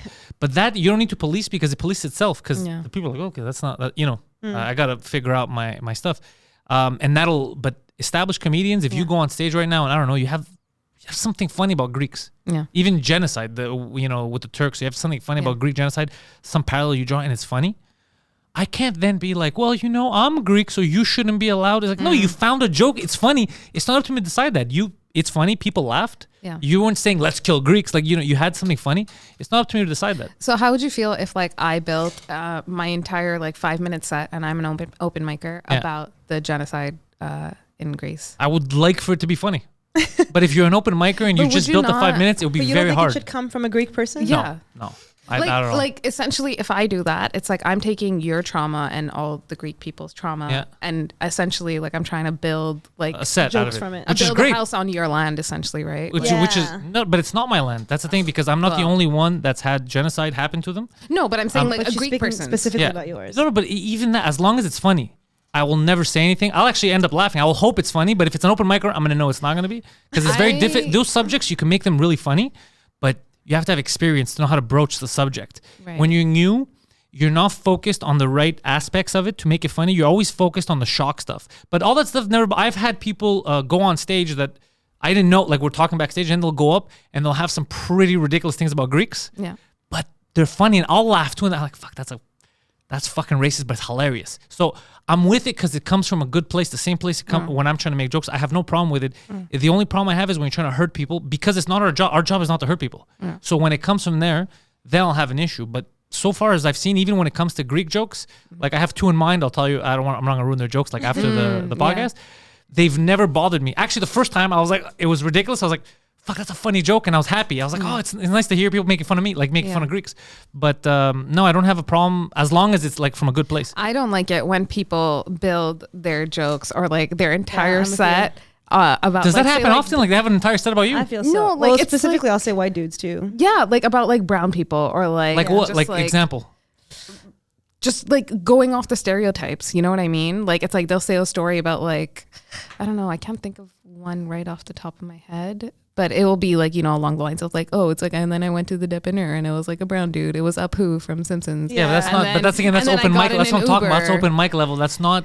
No, but it would be anyone. I think it matters really. who's. For me, matters who's. Yeah, it's it's the joke that matters. If it's a funny joke, but what you just said, that's been said a million times. There's no substance in it. You know what I mean? It's I went to. We're talking about a brown guy at the corner store. It's and then we've seen this joke. I got in my Uber and it was a brown dude too. Yeah, and it's also almost like transition jokes. So let's say your joke isn't about that. You're talking about being in an Uber. It's a whole story. And then at the end, whatever your joke is about, we were talking about accounting, and then you're well, because then I left Selva, my dad's name, right? And you're oh, he was brown, right? I was that joke is not necessary. I never had a brown accountant, by the way. I don't know that was a stereotype. I guess you're woke. Oh fuck! Am I woke? I'm not joining the woke brigade. They're too hateful. I don't want to join any hateful group. No. No. I like no. I don't want to join any hateful group. I like peace between. I believe in coexistence. I Yeah. don't like the woke crowd. Okay. Well, the woke. I might be wrong. You're talking about a far left and a far right. Yeah, I don't like these fucking people. Yeah. They're too crazy. I mean, nobody likes a far left and a far right. I don't think being woke is necessary. I thought Yeah. woke changed because technically woke should be being awake. Yeah. Being awake should be the shit we talked about in the beginning about the hand creams and all that stuff. That should be called woke. Yeah. But now woke has literally turned into like, hey guys, how's it going? Guys, how do you know what I identify? It's like, oh shit, calm the fuck down. You know there's no hate in what I just said. But these are far left people. That's So- shit I hate. It's the same thing with the other side. It's the same thing with what color's their skin? All right. Yeah. Criminal record guaranteed. Like that kind of shit. You can't argue with these type of extremists. You can't. It's because there's no middle ground. 100%. Debate is in the middle. Yeah. There's no middle. For them, you're always the villain. I hate extremism. Sure. can't- Yeah. Extremism, but Yeah. on either side. Yeah. I think it matters who makes a joke. Yeah. I Yeah. would like. So I don't even like. I don't like when guys like say like bitch in a real way. Like I was dating this girl and she was like such a bitch, right? And everyone's like, oh, yeah. And I get it, right? Because I know that that's a thing. This is funny. It really bothers me. And when girls say it, or even when I say it, like I don't call people bitch when they're acting it, right? But you notice something there. You don't even have a problem with the guys. You just don't like. It feels like you just don't like hateful. You don't like mean spirited things. I do, but especially guys. So even when a girl's, because I was like, oh my god, like this bitch cuts me off, right? And I'm not saying I don't know this person who cut me off, right? I'm just saying it like en parlant. But if a guy said the same thing, just the way I did with nothing, I was like, oh my gosh, this bitch. But it's because it sounds heavier, no? Yeah, maybe because that's what I mean. There's certain things that I'm like, you shouldn't. There's a segment on the Late Show with Seth Meyers, and it's called "Joke Seth Can't Tell," and it's great. And Seth Meyers gives the whole beginning of the joke, and then he has a Amber Ruffin who's black, and then Jenny something. Oh, in case like it ends with an N word or something. But it always does. Not an N word, but It always does. it's a segment. And Like then it's Seth Meyers, bro. The end of the punchline to the joke is a punchline that should be said by a black woman or a queer woman, and then at the end they're like, Seth, try one, and then he does one, and they're like, And how then it's dare funny. you? Yeah. Okay, that's funny. But that to me love is that. funny. It's the context is whatever. Joke Seth can't tell. It's amazing. But it does matter because it feels like you're jumping into someone's skin to say. So I think that was your thing about like the Greek thing. It could be a funny joke. And I'm sure it is a funny joke. But I was like, But it could offend Greek. Like I'm not the But it isn't about representative of all offending. Greeks. Of course. There's gonna be Greeks who are like, Yeah. what the fuck did he say? Yeah. exactly. But again, I was like, but let We're your- not all gay guys. But And let then you'll your have me like, community bro, handle that's gay. that. Calm down. And then they'll be like, stop staring. Stop Yeah. staring. But it's just because it's fun. I go for the funny. Yeah. I don't care. I mean, it's because, for example, the comedian that set me off, the guy that was like my idol, was Eddie Murphy. And I found parallels in him that was connecting with me. Eddie Murphy's not a Greek guy at all. Yeah. Furthest thing from a Greek guy. I couldn't help but connect with his comedy and find parallels and be like, oh, this guy I can't control that. So because of stuff like that, I know that I don't know who I'm going to connect with or disconnect with. Like it could be an Italian kid that sees me. He's like, I fucking like that. That was funny. He No. made fun of it. I don't know. But that's exactly why it bothers me. So when a white dude, specifically, as like, a straight white dude will make that joke and they'll try to connect. I'm like, you're trying to connect with me about something you don't know about. like the bitch thing. No, the bitch thing, whatever. Her example about the genocide in Okay, Greece, yeah. right? So if someone's making a joke about that, they're trying to connect with you. They're trying to go like, oh, we all have trauma. But I was like, but you don't really know that trauma like a Greek person does. Yeah. So if a Greek person makes a joke and everybody gets upset, I'm like, yeah, the Greeks will handle the Greeks. And that, you know what I mean? Like, and it seems like tribal in that way. I was like, but it isn't. The point is like, when you make a joke that I get about my life, I'm like, I'm living that. That's why I can laugh with you. You're just making a joke and then you're going to step off stage and it's not going to affect you at all. Yeah. But for us, like for girls, it's a rape joke, it's a bitch joke. I was like, yeah, but it does affect me. So like, It does, but not the joke. It's this, I can't see it that way because it's like movies, for example. Everyone's playing a role of something. So if I watch a movie and I'm like Captain Corelli's Mandolin, and I'm like, fucking Nicolas Cage, he doesn't know what it's like to have the fucking Nazis invading my island, because he was like, that was the whole thing about the Captain Corelli, was about Greece, all that. I'm just enjoying the fact that they're portraying that. But this is me. I'm not saying you're wrong because No, I know what you're because you saying. can't change feelings. I'm saying why I feel the way I do, and it's the same thing with when I'm connecting with someone on stage. If I'm watching someone, it's not I want them to make fun of my people. It's not that at all. It's just if it's funny, I can respect the funny. I don't feel like it's come from a bad place. Now, what you're describing, I've. It's not even about me, but I've had situations where I feel weird just listening to someone say something because I'm like, feel like this. We're talking about a situation. There's no humor in it. This is gonna get awkward. Someone in here is gonna feel weird, and that's where I always draw the line. Is if it's funny, I'm all for it. If it's not, there's too much room for people to be like, bro, you're just fucking trying to be mean. But I'll like say that's it almost why. like Because I don't mind people taking my stuff. I don't mind it. I think that's in my eyes. I think that's the future. Is us actually trying to understand what you do, trying to talk like, but trying to understand from me. Yeah. Understand, like, it's not like you're gonna talk to another white dude like, here's the thing about light-skinned brown girls. No, yeah, exactly. Yeah, Like, that's but a problem. the fact that you told me, so let's say right now, if I'm doing crowd work on stage, and I'm talking and a girl tells me that she's Tamil, and then I'll ask her, I'll be like, do you know about this fucking skin bleaching cream? Exactly. I only know this because of you, but I'm not saying it to attack her, and then maybe I'll talk about it, and I'll be like, I fucking know. I had, my podcast, we fucking talked about it. This is good. And then I'll make a joke about it, but I'm not trying to be like, not even that. I'm not trying to like steal the spotlight. It's just like, fuck, you know what like I just learned about this crazy, know, like that's what I'm talking about. Not so much about building a set about me being I think I'm thinking about even like, when you're with your friends and you're bitching about your parents. Yeah. Like, oh God, my mom's such a bitch, right? And then your friend's like, oh, that's too bad. I can't But really as soon say as that. we would never say it. I'm just joking. Mom, if you're listening to this, you're great. I wouldn't even try. I'm not trying to get beat up, lady. But some people get it. But then when your friend is like, yeah, because your mom's a bitch, you're like, excuse me? Yeah. I can say that, right? Oh my God, the other day I was with this girl, or these whatever women, and we were talking about, our crazy parents. And then the woman I was with was like, yeah, I don't know her. But her friend was there. And she's like, my mom is just like, and everyone's like, oh yeah, like this person's mom. And she's like, I don't know, I can compare her to like, and then this other girl's like Hitler. And I was like, I'm so sorry. Did your mom invade Nazi Germany? Did your mom? Oh my But she God. said it, and I was like, Doesn't like the Jews. The mom doesn't like the Jews. Straight up, I was like, and I even asked after my friend, I was like, is her mom like, is she like a neo-Nazi? She's like, no, she's just like difficult. I was like, okay, I don't know who that person was. Hitler also notoriously difficult. Not willing to negotiate or compromise. Let that girl say it. I was like, what are you chiming in for? This is someone else's mom. And she's like, yeah, but they're friends and they know. I was like, there's no world in which I can make that joke. I will ditch my parents and my brother and my sister. And if you're talking about your, I'm like, oh, that sounds sucky. I like your attitude, but we're all different. We're all, like we all have different lines. Sorry, I just heard the Hitler thing and I was like, wow. In my mind, when she said it, I hate when people use Hitler in general. Well, Hitler's because it's the Holocaust. Yeah. So now it has no meaning anymore because everyone's Hitler. Trump was Hitler. Biden's Hitler. Obama at one point was Hitler. Everyone's Hitler. Yeah. Men use Hitler in their pickup lines now. I swear to God, I had a firsthand experience. I'm gonna Hitler that ass. What did he say? No, it's like he had this script. So it's like I did this open mic and like he was in the crowd, whatever, and then he asked me to like, for a drink after and whatever. He had this whole script, I guess, and like so we sit down to like have a drink at this bar. He had a script. He literally did. Ready. He's ready. He's done this multiple times before. Shot. Maybe it's worked for him. Maybe it didn't. It didn't work for him this time. But it was literally he started off with, what's the craziest thing you've ever heard in your life? And I was like, what do you mean? In what context? And he's like, just like in general. And I'm like, I don't fucking know. I can't think of one right now. And I heard that we don't know how eels reproduce. There you go. I wish I knew something like that. I wish. We actually don't know. It's eels, right? That is actually It's 100. I've brought this up numerous times. We don't know. Scientists have no idea. We have They're no the idea how aliens. they actually reproduce. Like we've never observed them having sex. Yeah. No. And scientists are all about that. They're like, yo, let's start banging. Yeah. But they just can't. It's never happened. Just That's eels crazy. appear out of nowhere. We haven't found eel eggs ever. Haven't I found am eel gonna- babies. Next time anyone pulls that line, you got something. Yeah, Oh my we don't know God, where thank eels you. come from. I'm Yeah. definitely gonna use that.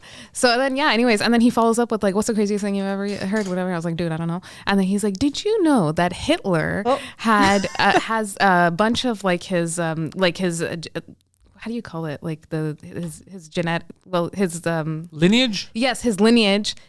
Like around like now there's like millions there and must millions be. of them Yeah. and like, there's millions he's like Millions? there's millions of them. How And I'm just like, charismatic was Hitler? What do yeah, we? I know. That's what I'm saying. I'm like, dude, for like, he was like, what, like 4 foot something? Like, Yeah. Who's he banging? Yeah, all the time. I'd like to know. And so, yeah, that was his like fun fact. And like, he thought that would get me like all like wet and shit. And but you're like, like, I'm no. so glad you know so much about Hitler. Yeah. Let's hang out at your place. He could have said that about Genghis Khan. It would have made more sense.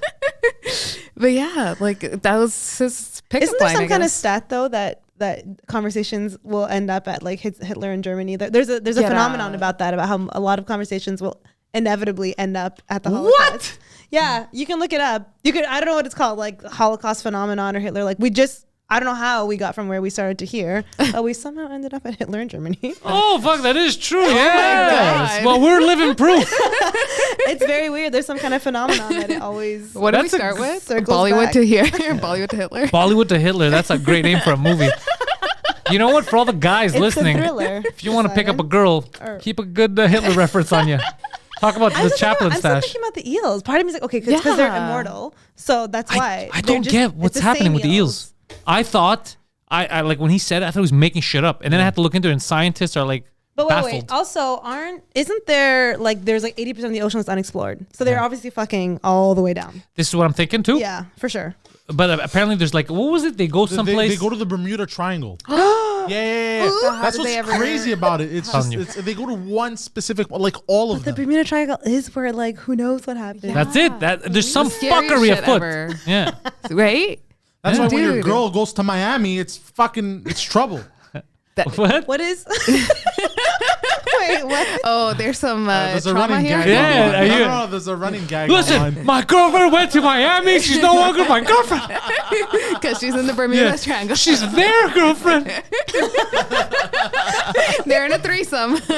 No, there's just a running gag on the internet that if your girl goes to Miami with her friends, just break up with her. Oh, is that what it is? Yeah, that's the yeah. This is TikTok trend. Nice. Yeah. What is? He knows the TikToks What is the craziest thing that you believe in? that I believe in. Yeah. Define crazy, because if I believe in it, I probably think it's real. Exactly. So like, maybe not conspiracy theories because I feel like enough people believe in conspiracy Yeah. or religious. Oh, but there's just, like, conspiracies. Like a weird thing that you're like, oh, I wonder if this is. I'll go. I fully believe in like the X-Men.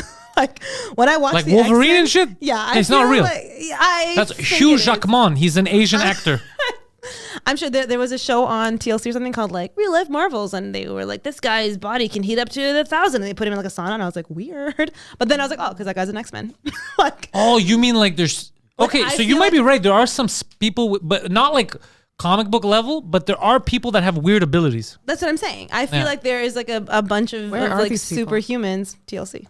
TLC. like I don't know, the average person would think that, but like people were like the moon landing. I'm like, I think a lot of people don't believe in the moon landing. Yeah, but that's... So like, what's a crazy yeah. thing that you believe in? That Like supernatural type of shit. women bang eels in the Bermuda Triangle. Women are banging all kinds of eels. That's how they reproduce. That's where you go to get orgasms. You do not find it outside the Bermuda Triangle. It's because they're electrifying. That's Hey. I don't know. More and more, I'm starting to think that there is a chance that it was aliens that affected our evolution. What? Yeah, more and more, I'm starting to think Like an that. alien came to Earth and was like, stay dumb. No, more like they took like whatever was here, like a monkey or whatever the fuck they found. Yeah. And then they mixed it with their DNA. Oh my god. Yeah, and That then, is crazy. I Yeah, love it's it. super crazy. But the reason is, like I said, there's something fucking weird about us. There's something weird about humans. There's something odd about the way we are on the planet. Like never comfortable. All these aliens, what are they observing? If they're all just coming, you know, the ships that we see. Sure. Plus, I remember that Bob Lazar interview. This always fucked with me, and I think it would make the great plot of a movie, and no one's fucking doing it. I don't know why. Your chance. So Joe Rogan asked him. He goes, "So these ships that you say you were working on, like, so what? This was a crash, Yeah. like Roswell?" And then he goes, "No. They've been working on it every couple of years. It was originally found. It was an archaeological dig." That is such a huge statement that everyone just brushed over. So he's saying that this advanced technology that we're now trying to figure out has been here for a few fucking thousand years. Guys, think about the implications. And it was just like a brushed over type of thing. And I was like, this is amazing. This is a movie. And I guess that's why I kind of think, fuck, that could be possible. Yeah, maybe they've been here from before. Probably not, but it's fun to think. Yeah. You That's gotta Raajiee. keep the hope alive. This is okay. It's probably stupid, but like I. Yeah, do because that was believe- really a yeah. Absurd. that was a really smart thing. So was mine. So Ours was good. yeah, I was smart. Oh shit! Now the pressure's on. I Think do- Hitler. Think Hitler. Yeah. You know how we like these conversations to go. I do believe that vampires exist. That vampires exist. Yeah. I also feel like a lot of people would believe Like that too. I so badly want to go to Transylvania. Like I want to like. I fully it's thought that full of Transylvania was a Romanians, fake place. Gypsies. It is. No, Yeah. it's not. It's Rude. They're gonna. I don't know. I don't know what it is. But you think that vampires are yes. real? Are they immortal? Yes. Are they like Twilight, or are they like What We Do in the Shadows? Oh, that'll be amazing. Yeah. I, Great like movie. They're just ludicrous. I don't know what that movie is. So You don't know What We Do in the Shadows? It's a movie and then a show, and it's gonna change your life. It's great. Very funny. It's Taika Waititi. We love Taika. yeah, It's very, very funny. He got canceled, I heard. No. No. That's what I saw on my feed yesterday, but everybody gets canceled. Who gives a Not shit? Taika. That's a lie. He's great. we can't cancel him. He's also doing the newest Thor. We shouldn't cancel anyone. Yeah, but specifically unless Taika. Yeah. Unless they're Hitler. No, but the thing is, all these. This is the weird thing about our generation now. We all want to cancel. Like this guy did. Cancel culture. If someone is actually normally like cancelable, like let's say a Weinstein or whatever, when it comes out, they can't not get canceled. Like you can't. No one wants to work with you. Like it's already decided. What I hate is like what they do to like Taika Waititi or James Gunn. Like they say a joke or something like that is offensive. Yeah. There's a tribe in Mexico that's really hurt. It's like.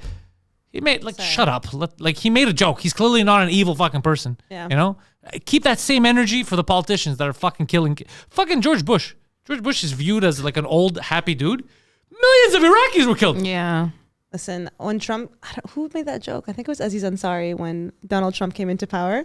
And he's like, as soon as Donald Trump came into, he's like, never did I think I would think about George Bush and be like, he was a king. All of his beautiful words he was saying. It's like an hour with this fucking guy. That's like a joke though. All these beautiful words because they both can't speak. But he was like, But it's just we forget about it. You know what I mean? Like real villains. yeah, The Clintons. yeah. All their Oh, friends yes. fucking kill themselves apparently when they have too much info, and we're cool with it. But then fucking James Gunn or Taika Waititi, somebody says a joke, and you're like, that is Not unacceptable. Taika. He'd have to go really bad for me to What did Taika do? Can you type it in? I don't He banged 2 chicks. He had a threesome. So what's the problem? That's his business. we didn't One of cancel them, him for one of them that. had a boyfriend. That's no. So what? That's their problem. But that's not us to He's not judge. canceled. He just released a new Thor. He's gonna release. I don't like personal. I don't like when personal shit that doesn't affect us.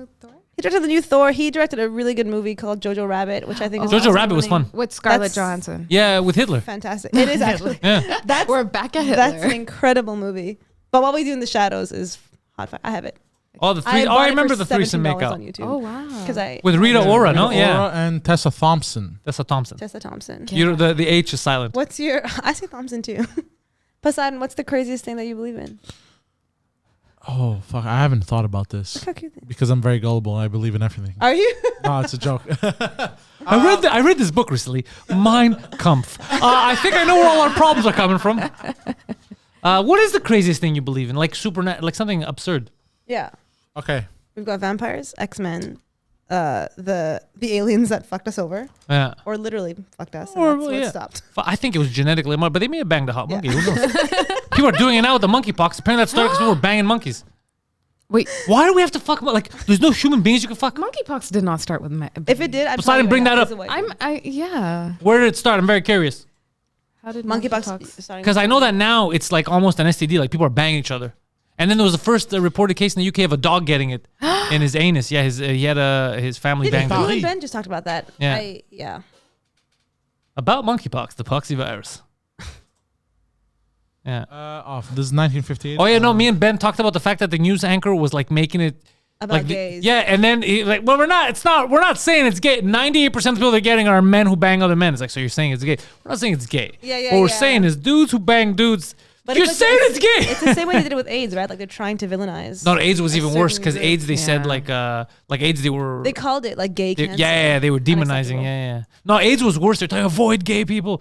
No, they're not doing the same here. Now they're trying to tell people Okay. have safe sex, which I thought we knew in North America to have safe sex. But with what is the strangers. origins of you go. monkeypox, though? Nigeria. No. No. Like, how did it, like... Not the country, bro. Westmount. I'm talking about No. Well, like, 'cause I how thought did it about- happen? the initial cluster of cases. It was lab created, by the way, in the 1958. Lab created. But the initial yeah, cluster yeah, of yeah. cases was found in the UK. This is for 2022. No, that's not the original. It's 2022. Go to the lab created. I'm curious. But Did it why escape from a they- lab? Did we do it on purpose? Why do we keep doing shit in the lab? It's the same thing with And coronavirus. why And are then they we blame bringing China. monkeys into this? Yeah, Leave but that's them why I out. thought we banged monkeys. It's not fair. A Leave them monkeypox out. was first They're cool. identified as a distinct illness in 1958 among laboratory monkeys in Copenhagen, Denmark. These fucking Danes banged And a you monkey. said Nigeria so Why? fast, but it wasn't. Yeah, wait. Why'd you go to Nigeria? The Danes. No, It was because what Danes, happened bro. was for 2022, the first cluster of cases Oh, was in that looks Nigeria. was horrible. discovered I can't look in, it up. in the UK, and these were travelers who went to Nigeria. So they're theorizing that it may have originated in. Oh, I did see something funny. Well, it's sad, but on the New Getting York into Post, they racial had that sex. woman who got it in her face. She's the first woman in Georgia. She's the only woman in Georgia to get monkeypox, and it's all over her face. She was telling people how much it hurts and stuff. And then she's like, "Stop telling people that it's only an STD and it's only gay guys getting, because I know I'm only the first woman to get it, but I have it." And in my head, I was laughing. I was like, "Your boyfriend's not telling you everything." He's keeping some secrets, lady. But yeah, she got in her face and she was. It's fucking painful. When I saw it, it scared the shit out of me. Yeah. She's like, wash your hands, be careful. Shit that we should be doing anyway. Yeah. But scared the because look at their lesions. Especially after COVID, we're all like showering. I think it takes a couple of weeks for it to because I thought I was under the misconception that this kills you. Apparently, it does not. No. You could get vaccinated, then you could. But yeah, it takes a couple of weeks though, and it hurts like crazy. I don't know. Pain is something. Monkeypox was first identified as a distinct illness in 1958 among laboratory monkeys in Copenhagen, Denmark. And how they send it to the Republic of Congo? Because that's what it says How there. did they send it? The first documented cases in humans Obviously through was 1970 and 6 unvaccinated children during the smallpox eradication. Sorry. Oh, that's Democrat- suspicious. Somebody banged a monkey and then banged his wife or some shit. No, bro. They infected people with this thing, bro. How the fuck? You know how far Denmark is from Zaire? V for Vendetta. This I do. Oh. Bio. You put on your own people. You try. Yeah, bro. What the fuck is that? It's so suspicious. How is no one talking about this? No one's talking about that. The aliens. The thing that they found. Archaeology. No Yeah, one there's cares some about cool your thoughts. facts. No one cares about the things I care about. I'm so This is sorry. fucking crazy. Same thing. Do you remember for months they were beating up Asian people in Vancouver? Like, you brought coronavirus. The lab that it leaked from, Yeah. us and the Americans funded it. It was our stuff. What, Right. like, but we can't talk about that. That was Nobody. you know that was considered fake news for a year until like recently until it came out the NHS or it's the NHS and not the NIH, the thing in the States that anyways that they were funding that. And the reason why, listen to this, because during Obama's time, they said that gain of function research, they go, we're not doing this. We can't have this happen in America. It's too much, whatever. And then even the Trump administration were like, this is just fucked up. So you know what these companies were doing? They're like, all right, well, we're American and Canadian companies. We can't do it on our land. It's frowned upon. So we're still going to do it, but in another country that we rent labs from. Yeah. So that's how they circumvent it, because the countries themselves were like, we can't play God. Because you know what they do? They basically, they create viruses, and their excuse is, well, it's for us to then, we're doing this so we could create a vaccine just to help people. We won't need the vaccine if you didn't, you created this. It's not something that exists and you're trying to find a vaccine. You're making this mutant, and if it gets out, and they go, it's never going to get out. And then shit like this happens. That's a very backwards approach, eh? It's a super backwards approach. These people are supposed to be They're like the creating smartest the people problem. in the world. Can no? I'm so sorry. Can I use the restroom? Of course. Poseidon, you want to go give her the keys and everything? Be Yeah. right back. Go. Don't worry. Yeah, it's fucking crazy what they do. Dude. It's fucking. We're gonna talk so much shit, but it's fucking crazy what they don't. Yeah, that's what gain of function was. They were basically like supersizing viruses, and then they're like, and then we're gonna find the cure. But why make it in the fucking first place? Yeah. What a backwards, uneducated. Well, they treat us like idiots because when you mention it, they go, you just don't know what science is. Like we need but that's to. how we're made to feel. Yeah. Like, even when COVID came out, like who understood what it was? Like I was so the first month and a half. That's why I don't make fun of people that get too paranoid. Or now I do, but at the time I wouldn't make, because I was so scared. I thought I was gonna die. Yeah. I was like, I'm done. This is same, crazy. same. Because of all the do you remember the videos? But I brought this up to a comic and they didn't believe me when this first started. the people dropping. I'm so glad. I had a conversation, and you know what he was telling me? That traumatized me. You know what he was telling me? I'm not gonna say his name because he's not a bad guy, but he was saying, you're making this up. That's fake news. I never saw those videos. I watch news. I go, dude, they were everywhere when it first happened. They were showing them on the news. They were showing them on Insta, like everywhere. You would see the people, and then the hazmat suits, all that shit, dropping in the metros and all that. And they go, that's what's happening. It's coming here. And this was during the lockdowns, the first ones. And he was denying that it ever happened. And then I started to think that I was crazy. But then I spoke to him like, no, I remember those fucking videos. Yeah, It scared the shit out of me. Of course, dude. You know the movie Contagion?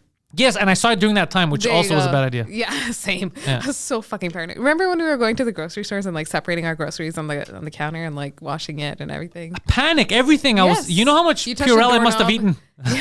eaten? For real. Yeah, it was fucking rough. Oh man. No, it wasn't. It It was scared the also shit out of me. tough, like going back. I mean, I started comedy during the pandemic, right before Omicron.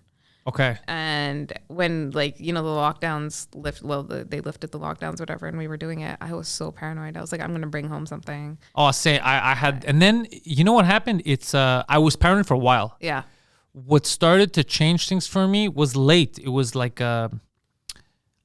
after last fall, probably around the winter, stuff started not to make sense to me.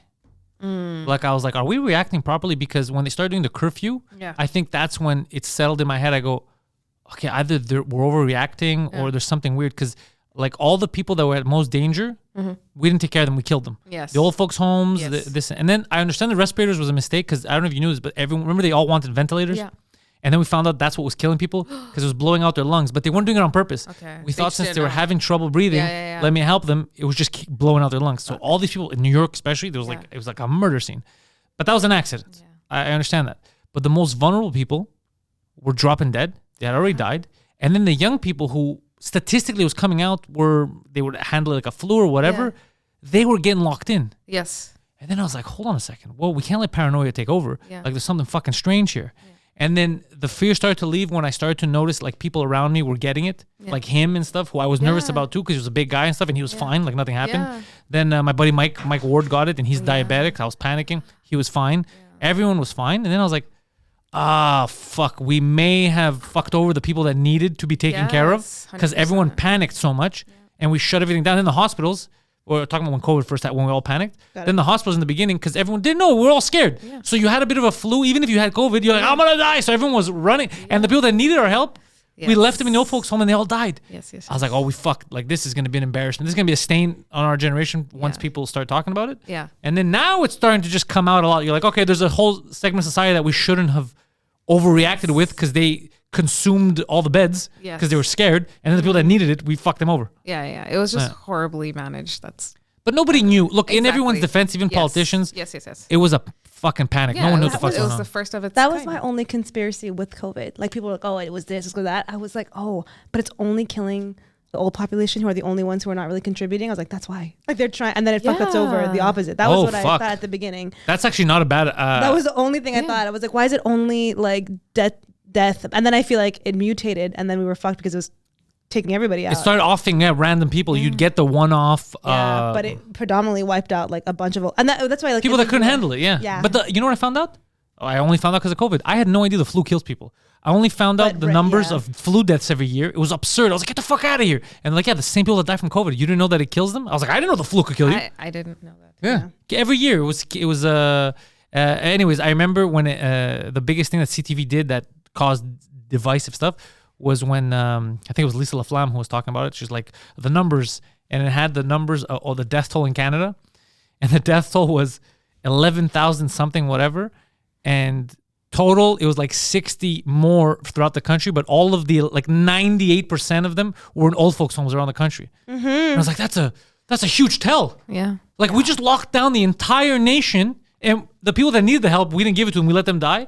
And then you're locking down young people that they keep getting it and they're still living, like they're fine, they get the flu or whatever. And you fucked up everyone's wallet, the economy, and the old people that needed your help, you're like, you're on your own. I was like, this is crazy.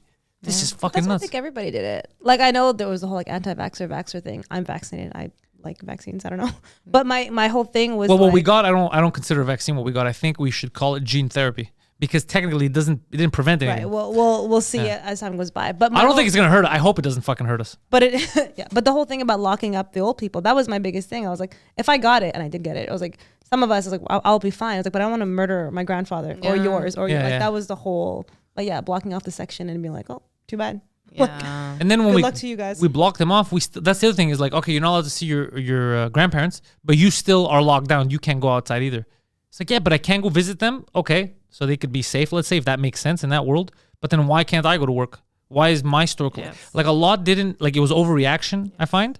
And then I think we panicked a lot of young kids that statistically nothing was happening to them. Like the younger the kids were, the better they would fight this. And we scared the shit out of them. We have a whole generation of kids who are germaphobes.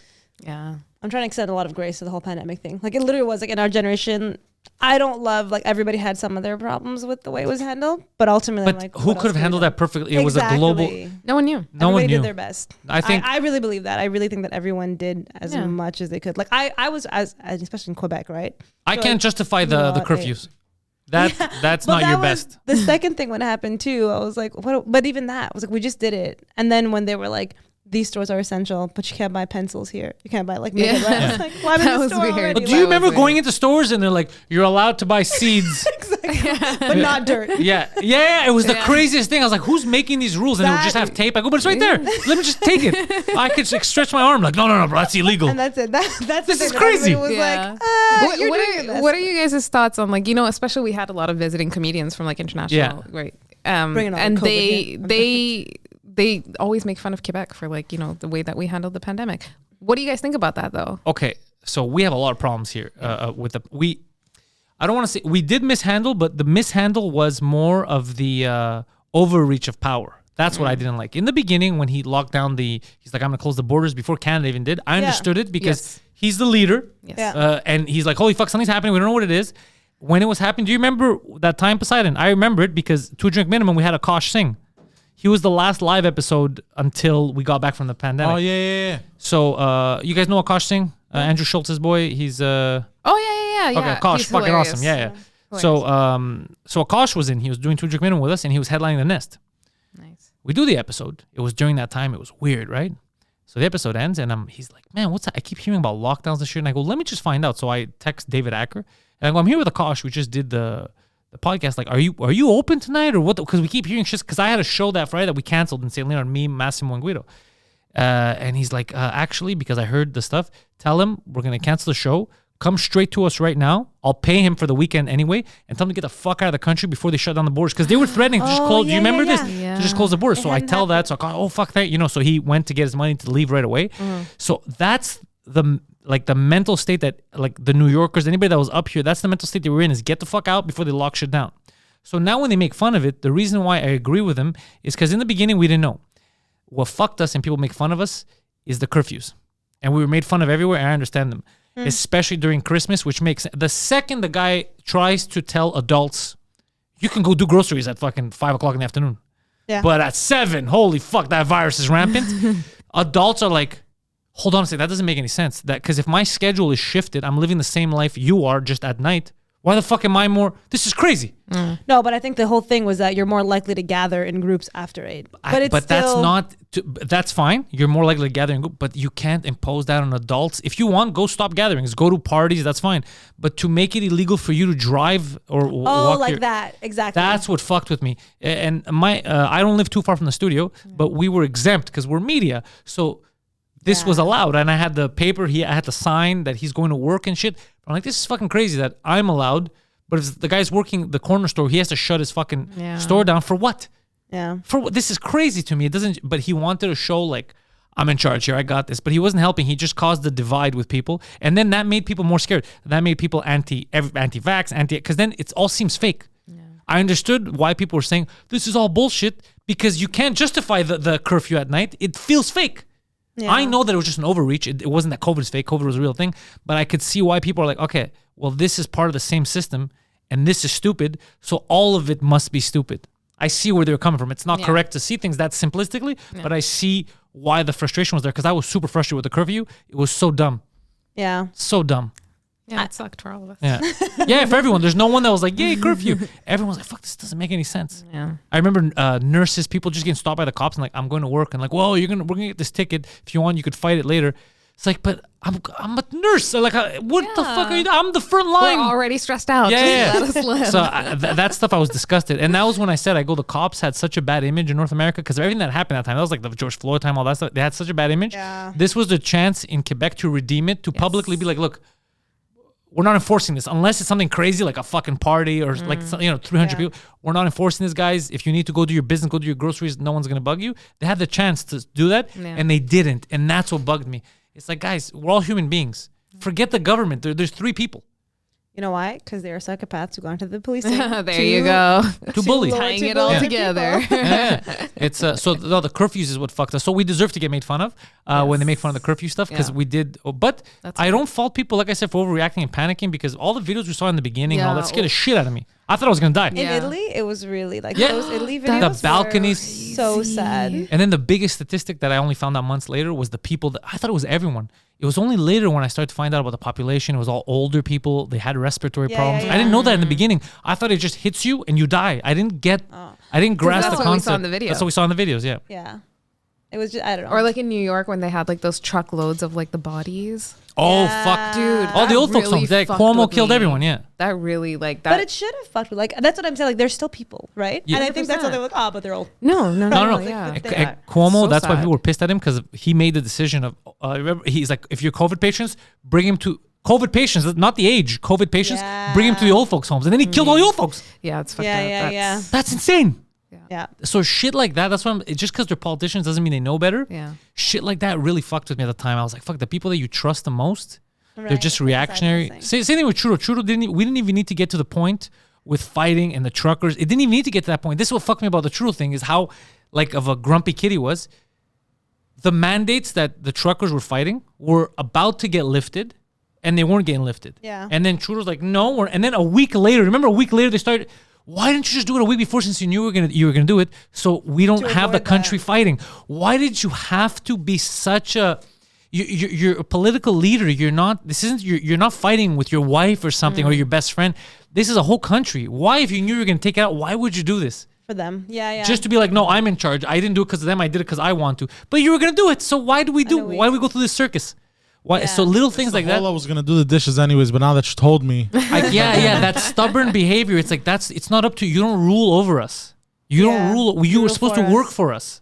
That type of shit bothers me. Yeah, the with the trucker leaders. convoy was a mindfuck to me too, though, right? Because for me, what you're both describing, I think is the common thing. Like I got vaccinated. Was like I don't think anybody wakes up like I can't wait to get a vaccine or a gene. No, or I was whatever, scared. right? I was scared to get Yeah, the vaccine. But we did it. Some people Yeah. didn't do. Like I'm all fine, but the people that I knew that I know who went to the trucker convoy were pros. Like these are people who like in that terrifying 2 week.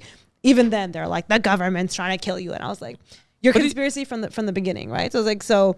You go out there and you do it, but these are people who are like the mask is against my human right, and I was like, But I don't Don't be even an mind. asshole. I don't even mind the mask. I don't mind you wearing a mask. You not wearing a mask. The Asians have been doing it for the longest time. When they're sick, they go. I don't mind any of that. You want to wear a mask? Don't. I don't give a shit. What the fuck does it change for me? Yeah. Wear it if you feel safer, or if you're sick and you don't want to get me sick.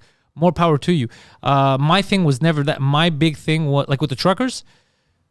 I know where they snapped. There's a lot of Indian trucking companies in Canada. Yes. So where I saw a lot of videos where they were snapping because of the guys that I know from here is where I snapped too. In the beginning, I was like, yeah, they're going to go down there. They're going to protest. But I kept feeling, I go, from what I know, this is supposed to be over soon anyway. So that's why in the back of my head, I go, why isn't the government just saying, no, we're getting rid of this. Obviously, we're in a place now where we have to resume.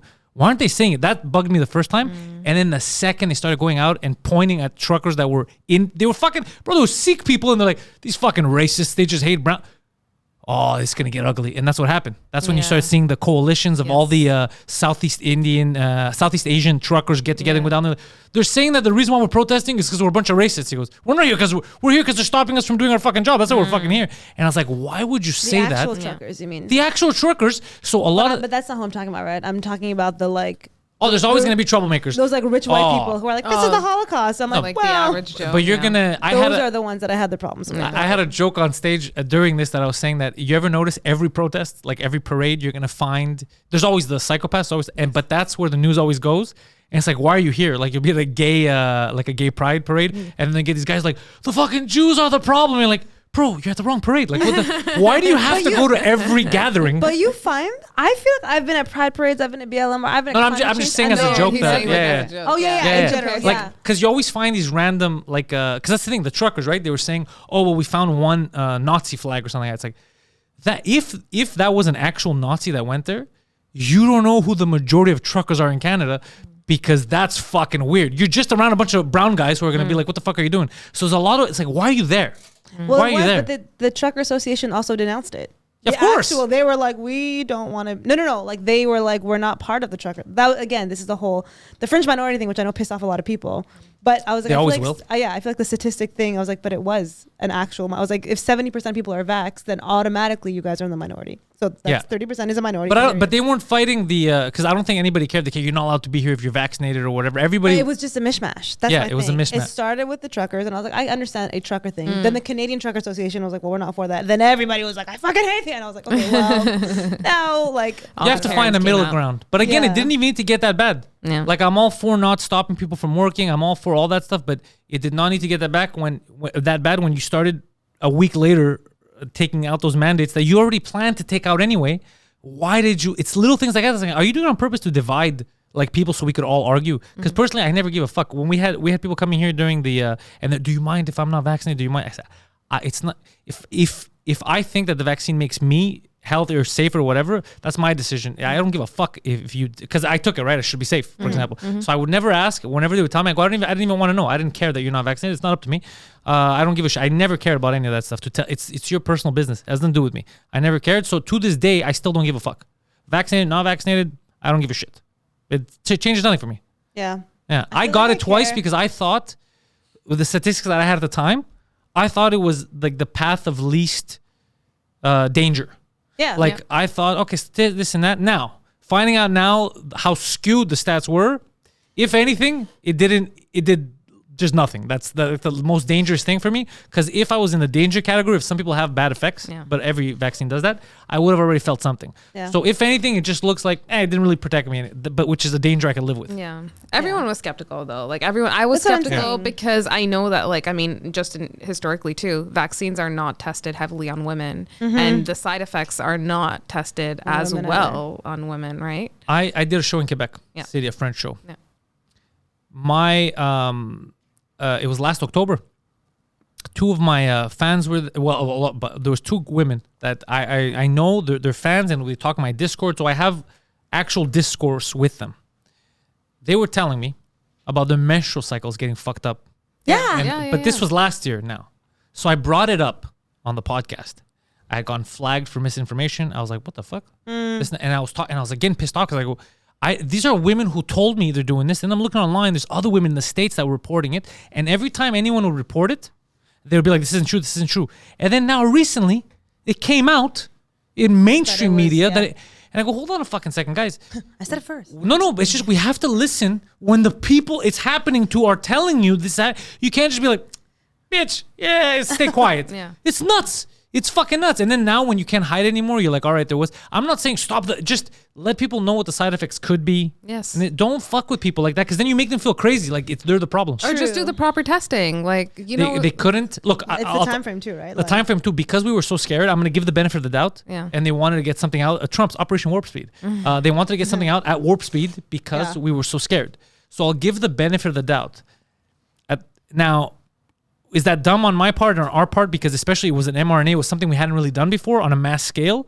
Yeah, maybe we overdid it. We should have waited. But it was that, you know what I mean? It's like, I understand because it was so crazy. Remember how crazy that time was? Yes, It's fucking nuts. 100%. the first year for sure. Second was a little bit. And they were like, oh, fuck this shit. honestly. Kill me, actually. Poke me with anything. I think it was I'm with you about people who choose or not to choose to do vaccines, whatever. I think it's more, I think about the spirit behind it. So I go to church. Yeah. And I feel like the religious right were largely like they were the biggest obstacle, right? And a lot of people in my circles were religious rights, and they're like, this is bullshit. And my church adopted whatever the government said. They had no choice. Yeah, they're like, that's what I felt, but there were other churches who were in the streets, and they're like, this is a joke, then, right? So people at my church were like pissed at my pastor, at our leadership, because they're like, you're giving into the government, you're whatever. And he was like, listen, I kind of have no choice. This is not that kind of country that you could fight back that much. I think it was the bishop of Montreal who went on like TV or something, and he said, I am a Christian, but I'm also a citizen, right? Yeah, I have to Which is listen how to the I rules. feel. Yeah. So I think the vaccine thing, if someone is genuinely like, there are real fears, and I'm not gonna make someone feel like shit for that. No, because we saw that the fears were valid. Like shit's been happening. There's side effects and shit. So I can't force you to take something because then I don't want to feel responsible. Yeah. Oh fuck, I made you, but you do it. But I think my bigger thing is just like, it was that like entitled feeling of like, I do what I want when I want. You don't tell me, and I'm like, forget that. I'm with you, right? You don't tell me what to do. It's like, but I'm with you on that. yeah, I was like, I can understand, but I was like, why not? Like, so the mask, like at the beginning, those first 2 weeks, right? It was like, my house is always open, and I was like, your grandmother's gonna die, right? Like, there's no, but I was like, there's no regard for your fellow man. Do you know Mike Schur? He's like, know him. No, comedian? Know him. He's a head writer. So he wrote Parks and Recreation, The Office, cool. Brooklyn Okay. Nine-Nine, The Good Place. He's my favorite creator. He wrote a book based on The Good Place called How to Be Perfect during the pandemic, and it's about like ethics, the philosophy, which is what The Good Place is based on. And he was like, it's crazy this is happening during the pandemic. He's like, because I'm seeing now. So what they had said was like, the example he gave was like, if somebody told you, if you jaywalk, 50,000 people might die. But if you just wait for everybody, and it's going to take another like 10 seconds, you won't. Or like wait for the jaywalking sign. He's like, then maybe like half. And that person's like, no. Right? He's like, it seems so dumb. And he's like, because it's like such an easy visual. But he was talking about the mask in particular, right? He's like, it just feels like this is such an easy way to love your neighbor. This is such an easy thing. And everyone's like, I will not. If you're, like you said, right, if you're doing it, it shouldn't matter to me. And then I was like, but why? That's for the vaccine. The mask thing, why I said I kind of like the adoption of it is because it was working for the Asian country. If you feel sick, if you have, you're sick, I think that's pretty fucking thoughtful. But this is to the not whole want to infect asymptomatic people. thing. What do you mean? As in, like, so I felt the same way, and then people were like, "Well, I feel fine, so I'm not going to wear it." And I was like, "Right," but then when I say entitled people, just these like, assholes what who if are like, you're- "I feel incredible." Yeah. I'm like, "I don't know if you have it. I don't give a shit," but they were just being dicks about it. So like, it was all these like Karens in the U.S. Right? All these videos would come up like. Oh yeah, that's an extreme. I can't Exactly. defend that because now you're doing the opposite. Yeah, you're just being an asshole. Like, forget Yeah. the. There's a vaccine, difference between forget letting the you do mask. what you want and then me pushing you to. I don't like that shit. Yeah. Yeah. I don't So like that's invading where- people's privacy. Also, I can't force people their medical stuff. First of all, that's why I don't want to know because your medical. I shouldn't know what you're vaccinated with, what vagina problems. It's none of my fucking business, but that's between you and your doctor. And the same thing is I can't, if I feel unsafe for some reason, if you're vaccinated or you're not vaccinated or whatever the fuck it is, that's me to tell you and for me to distance myself. I can't just be like, did you get your vaccine yet? Did you? Fuck off. And comics did that. Comics were doing that to me. There was another comic. I'm not gonna name him. He's a very good dude. He was kind of ostracized a bit from people in the club here because he didn't want to get vaccinated because he was scared. And then all it did when I spoke to him Made was him more angry. not even he wasn't angry. When you find out who it is, he's just a sweetheart. It made him sad and more scared because it was just more pressure. Yeah. And I was like, yeah, this is a real thing. This is a real. You're putting so much pressure on people, and then you're not letting them make a decision. You're just telling them if you don't, you're gonna die. You're gonna kill this person. And then they feel weird. And no, just let them know these are the pros, these are the cons, this is the possibilities. Yeah. Also, what fucked us is the Greek guy, the CEO of Pfizer, because he kept fucking bullshitting and changing the stats. Yeah, so then people were like, wait a second, you said I can't get it. Then you're like, I can't get it if I get vaccinated twice. Then I can't get it if I get 3. Then 4 times. They're like, bro, what the fuck? Is this a vaccine or not? Like, are we fucking playing games? So the lies, people don't realize how much impact it has on people's psychology. Yeah. If I lie to you once, twice, after a while, you're going to start saying, all right, this guy's, I can't trust him. Yeah, and then I'm going to say the truth, but you won't believe me. Yeah. You can't trust Yeah, them, if but you also keep it's changing Yeah. up the story, I mean, it What- kind of sucks. We needed people to be more honest with us, and they weren't, maybe because of panic, because of a lot of reasons. And I think that, and the divide, I hated the hating your neighbor for their status or whatever. This was crazy to me. Yeah. This was But crazy. that's to what me. for me, it wasn't a status. I was like, it's because you're being an asshole about it. But so I- but don't people- get vaccinated, don't get vaccinated. I'm not gonna put the mask. But I'm not gonna get the mask. I'm not gonna get vaccinated. I'm gonna have parties at my house. I was like, you're just being irresponsible. But it wasn't because you wanna everyone make- that was having parties. There was people that just didn't want to get vaccinated. Exactly. I know so many people that were around me that didn't ever want to get. They were scared. They were Yeah. wearing their mask, or they were being respectful to everyone. Exactly. But they were like, I just don't want to get respectful, be vaccinated. nice. And it's like super. I didn't want to get vaccinated for the longest time. And had I waited 2 months more, I would have never got vaccinated. Yeah. Because the time that I got vaccinated, it seemed like the best idea. Then when the stats started to come out, and then my demographic, and then everyone around me got it. Did you guys get it? Yeah. Yeah. Yeah. God damn it. I'm the only one that didn't get it so far. You haven't gotten it yet. I haven't gotten everyone around me got it. I'm the only one that didn't get I it. think it's gonna make a comeback though. Yeah, of Oh, course. for sure. I This- think it's here to stay. This flu season, it's going to be True, crazy. but again, the whole point is the death toll. Is can our hospitals handle it? We have universal health care. Our hospitals cannot handle this. They cannot handle too much knee surgeries because our government neglects our hospitals. Yeah, It's just it's like the they do our worst. school teachers, our public system. They don't give a Yeah. fuck. It really is the worst. They don't give a fuck. Hashtag the word. Yeah. He kept Well- complaining about it. He's done nothing. He's put no money into it. Yeah. My friends. That's really where the money should go first. 100%. And the roads. But oh my God, I'm so done with COVID. Jeez. Yeah, I don't know why we got back into it just because we Yes. we didn't know each other then, Yes, so we're yes, talking yes, about it to recap. But no, it fucked too many people over. All this to say, Yeah. I'll tell you, me not getting it scared the shit out of me. 2 weeks ago, we were in Gatineau because it's all like every weekend, and we went to see Notre Dame de Paris, the play, Oh, okay. the Hunchback of Notre Dame in nice. French. Oh, Very I nice was play. like, what? The Disney movie? Cool.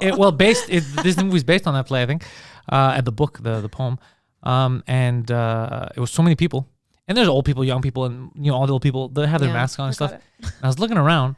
I was looking at the team, like everyone's got it before, and I was like, oh fuck, I'm 100% gonna my get time. COVID. This is my time. And then Mike's like, you technically haven't been careful for like years because you do shows, you meet and Yes. greet, you do that. He goes, Yeah. if you were gonna get it, you would have gotten it.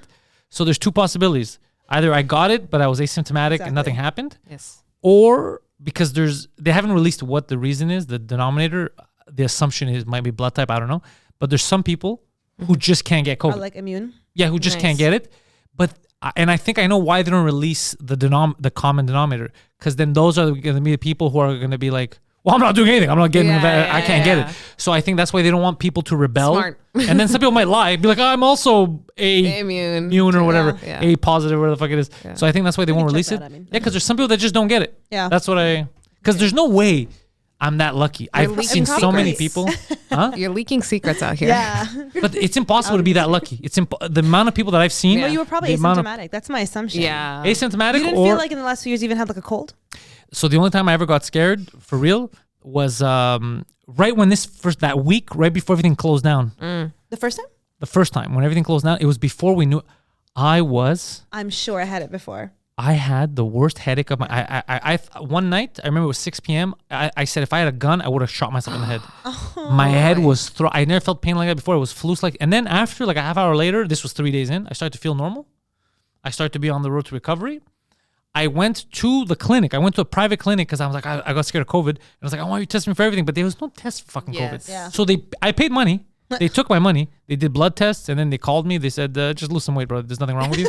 But that was it. They said everything else you're fine. So I was like, oh fuck, I don't have COVID. But since there was no official test Yeah. for COVID, then it might have been then, and then that's why I was immune after. It might have just been that. Either I had it in the beginning, Yeah. or I'm one of the immune ones. It was 2019. Yeah, I had a really bad flu in December. I fully I called 811 and I was like, I'm dying. I'm pregnant. I don't know. Oh my It's God, zombie apocalypse. Like I was really? so, but it was before anything, right? And she was like, it's just a flu. I was like, I've had the flu before. I was like, I'm gonna die today. You may have had it. God, And so I think that I might have gotten it there. And then I caught it Christmas of last year. But like Wasn't one as time bad? They let us. It wasn't as bad as them, but I had it rough. Like But- I was down with everything. But flu rough, or you thought you might not make it? No. Like Flu rough. like it was just like it was every symptom from every sickness. It was like, Yeah, oh, yeah. my throat feels like razor blades. Yeah. Oh, my taste. Oh, my head hurts. By like everything like intense for like 4 days, and then it kind of. It went like away. came in waves for me. Like it's like I was like really sick for like 3 days, I would say, and then it's like I got better, and then on the 5th day it got even worse. Oh Yeah. fuck! Like in comparison, it was so weird. Very weird. Were you letting yourself rest? Yeah, I was like I was working from home, but like I No, took some that days doesn't count off. as rest. But I was Oh. working from home. One thing I did start doing right at the beginning, Yeah. when things slows down, taking a lot of vitamin. I do it every day. Vitamin C, D, all the stuff I had read that was working for people in the Yeah. old folks' homes. I was taking. So I take a lot of vitamin C, D, zinc, Yeah, and I was taking quercetin for a while. All that does is because zinc is very hard yeah. to go like into your system and all that. Quercetin just helps it like break down and go into your blood and all that shit. But yeah, I read up on that shit, and that's what I was taking. I don't know if it's the vitamins that help me, but My dad got big on vitamins. Like, they're good. Vitamins are Over good the for you. pandemic. No. Like he's always like he likes infomercials. So like that shit. But I feel like in general, brown people are like I don't go to the doctor. Like they're just like if you're not dying, there's no Yeah. reason. So I don't know anything Yeah. about healthcare. I'm just like my arms aren't falling off, so I'm fine. My But parents were really they're also against it. healthier. No, like my mom eats well. Yes. Like yeah. They grew up with more organic produce and Yeah, maybe. access to sunlight. It's true. Ours did. Access to sunlight was huge. Yeah. Phil just got back from Greece. The guy, he's next door. He's the director. He's not here right now. But Phil just got back from Phil. We saw him. You can see videos on the other podcast. He has white hair in his beard. Oh. He came back and the white is leaving. Like his roots are going the color again. Dude, it's crazy. It's the weirdest thing I've ever seen. It really is crazy. When I was in Sri Lanka for 5 weeks, that was the healthiest I've ever felt in my entire life. Wild. Yeah. I don't remember. Like I had zero digestive problems. My acne cleared up. No headaches. It's true. My skin was glowing. Oh, I love that. I'm telling you, we eat some fucked up shit here that messes with us. And also people say the same. Like if you live in North America and then you move to the UK, you lose weight. Like Yeah. like for the most part of people. I don't know how true that is for the general population. But that's Yeah. also because their produce, they have the Processed sugar foods. tax, all that stuff. So I don't know. I never heard about the sugar tax, but think I in the lost UK. like 100 pounds in a year. no way. You know what the main thing I did was? If you ladies want to take diet advice from this professional, sugar completely I just stopped, no sugar. No carbs, nothing. And carbs, like bread, because Yeah. the bread here Like is the fucking... it's keto, right? Yeah, that's keto, is it not? I eat a lot of vegetables, meat, fish, all that. Just, it's basically carbs and sugar I cut off. Yeah, that's So it. that's And a I keto. fucking started slimming down. It's wild. Damn. Yeah. Yeah. Well, I think you You don't run have sugar. ketosis. Yeah, ketosis. But Have you heard about the keto? I know what keto is. Yeah. Yeah, yeah. I think I did keto, like just meat for a while, but I was like, I threw vegetables. Keto Meat is and essentially no sugar. Oh, that's what and I'm no doing. carbs. Yeah. That's what I'm doing. And I would Yeah. intermittent fast Right. too. It Yeah. helps. yeah, I do Yeah. intermittent fasting. Oh yeah, It helps. fasting is Yeah, Yeah. that's been If you do pretty both good. together, yeah, you lose like a significant amount Just of weight. avoid this shit's in everything here. The sugar in North America, Yeah. this shit's fucking cancer. Yeah, you But see, so- the UK has the sugar tax. You don't. As in, okay. Now, do you still not like because there's sugar in fruits? Do you drink? Do you like? No, but like I'll have fruits, Yeah. not as often as I will everything else. I don't drink. It's rare that you'll see me drinking. Okay. But in general, I don't really drink. I'm not a drinker. Yeah. I don't like being inebriated. I like having my wits Okay. about Who me. likes to be inebriated? A little tipsy maybe. But. Yeah, but even that, like I like, especially because I'm on stage, I like to be quick. Right. I don't want to be loose too much. Like I want to be able to have a comeback. This is something I noticed at the JFL after parties that we were at. So there was like 3 nights of it. And I noticed that the performers were rarely Ever drunk. Yeah. And there was that thing. When I met Jake and Amir. Do you know Jake and Amir? From College Humor back in the day. Yeah. They were here. I met both of them separately. If you're listening, Jake and Amir, I love you. They were so nice on separate. So I met them. I wish I could meet them. Yeah, they I used to laugh at their sketches. Yeah. Yeah, they were unbelievably friendly. The first Beginning guy of the 20 internet minutes. for us. Like, yeah, I remember. 2010. And now they have their own podcast called like Headgum is their like podcast thing, and they're doing the If I Were You podcast. So they came to record a podcast. Oh, nice. But I was speaking to him about I don't even know if Amir drinks or not, but we had kind of noticed the same thing. And he's like, there's a lot of people who are drunk. He's like, but I'm not. I was like, you're right. That's a professional move right there. It is. I think people who perform, you're like that too. Like I get nervous like if I eat like during the same 4 thing. hours prior or drinking. I'm like, no, please. Like, the even biggest just now, problem. having to use the bathroom, I was like, it's never gonna Oh, the bathroom's not a problem, but I don't like eating before. I don't want to feel full. Yes. You want to feel light. You want to feel Yeah. good. I don't want to feel like I'm going to throw up. Yeah. Yeah, because But already you're anxious. You're going Exactly. on stage. Yeah. 100%. I think it is a professional thing. But like also that leads to binge eating at night though. Does it not? Yeah, Because you're so hungry. sometimes You're so hungry after the show. Yeah, you know what I started doing? I'll eat stuff that I found out won't get me bigger. Cheese, like good cheese, not like crap. Yeah, you can eat cheese. You can eat like good cheese. You can eat quite I'm a bit of lactose cheese. intolerant. I can't do that. Don't eat cheese. You're gonna shit yourself.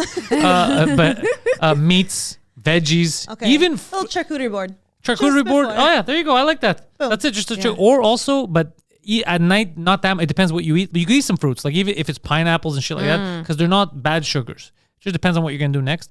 But there's stuff you can eat. It's just that it's stuff nobody wants to eat. Everybody at night wants to eat a poutine. Yeah. Yeah. That's why. No, but I think it's just like our bodily like reactions to it too. Like if I'm too nervous, it has nothing to do with my body. I'm just like my nerves are gonna be. Yeah. That's my concern. I don't want to more burp on than- stage. Oh, that's a fear of mine. Yeah. Why is Like everybody afraid of that? Who cares? It's just so Burping weird on because stage? you lose Yeah. credibility. You're like, you're a fucking comedian. That's and then I was true. like, it's so unbecoming. I would die. Oh, that's such a gross word. I would actually pause and like That's not burp and then be like, ladylike. I burped. Unbecoming is unbecoming a weird word. That's I love that word. That's such a like old Victorian English thing. I'm a goddamn chivalrous man over here. So Burping is unbecoming. unbecoming, Raajiee. Not very ladylike. You're a man, exactly. Anything that's just not this is That's ladylike. my point. Yeah. Burping on stage from a comedian, like that's what I would expect from a comedian. actually, Depends on we the should comic. Be able to. If it's part of the, but if it's, I'm not trying to burp. Derek Seguin burps. I'm like, yeah. Yeah. Derek not a fan. Seguin, that's Derek part Seguin. of Derek Seguin. Derek Seguin burps all the time. He's always drinking. But yeah, for me, it would be weird if I'm telling a joke and I just burp. I I would Like, is that actually- part of the, what is he doing? I would pause and like burp. And I would like, explain it. Like, guys, I'm really nervous. I ate. This is how it Yeah. happens. Then you just keep going. I'm so drunk right now. You're so right. No, you could get away with it as a comic. Only job you can get away with it. That's so true. That's what I'm what I saying. love about this. Like you can dress up whatever way you want. Super comfortable. I can't wear shorts on stage. Oh yeah, like there's things I Obviously, wouldn't do. you're Some things. not. It's unbecoming. It feels, there we go. I feel like it's unbecoming, but then I see like Gabriel will Yeah. wear shorts and I'm like, but it kind of works. He pulls it off. Yeah, he pulls it off. It goes with his character. Yeah, it depends on the person. Yeah. For me, they'd be like, look at this fucking idiot. What is he doing? But for Gabe, it works. No, but like that's the thing. You're able to dress up whatever way you want, which is like amazing. Do you feel I like love you that. have a character on stage? Is it not very different? Because the whole thing is like you need them to trust you quickly and beyond thing. But are there things that you're like, this is like stand up Pantelis, this is stand up Raajiee, and regular Raajiee wouldn't do this? Oh, like turning off and on type of thing from Yeah. like stage and off stage. No, right? No, me, it's the only difference is the way I dress. Like I want to make sure I'm clean and I don't have too many distractions on me because I want you to listen to the jokes. Oh. So you'll see like red or black or like I'll avoid a lot of like images. Okay. I'm only see a black or a white shirt and then a That's red or so a black interesting. We jacket. got asked for Discovery Series to only wear like Yeah. and now I'm thinking that must. I mean, part For of it the was, video, right? Yeah, part of it was obviously like copyrights. And Yeah, stuff. they don't want you to have like another show. Yes. But I or- wonder if that's also part of it. Is like they should be focusing on you, so don't wear Yes, anything too that flashy. too. Yeah, especially if they don't know you. You don't want them in your opening to be reading your shirt or anything Yeah. like that because you might lose them for that critical portion of it. So, but this is psychological. But in terms of Mike, if you ever see me on stage and you hear the podcast or you talk to me, it's always the same guy.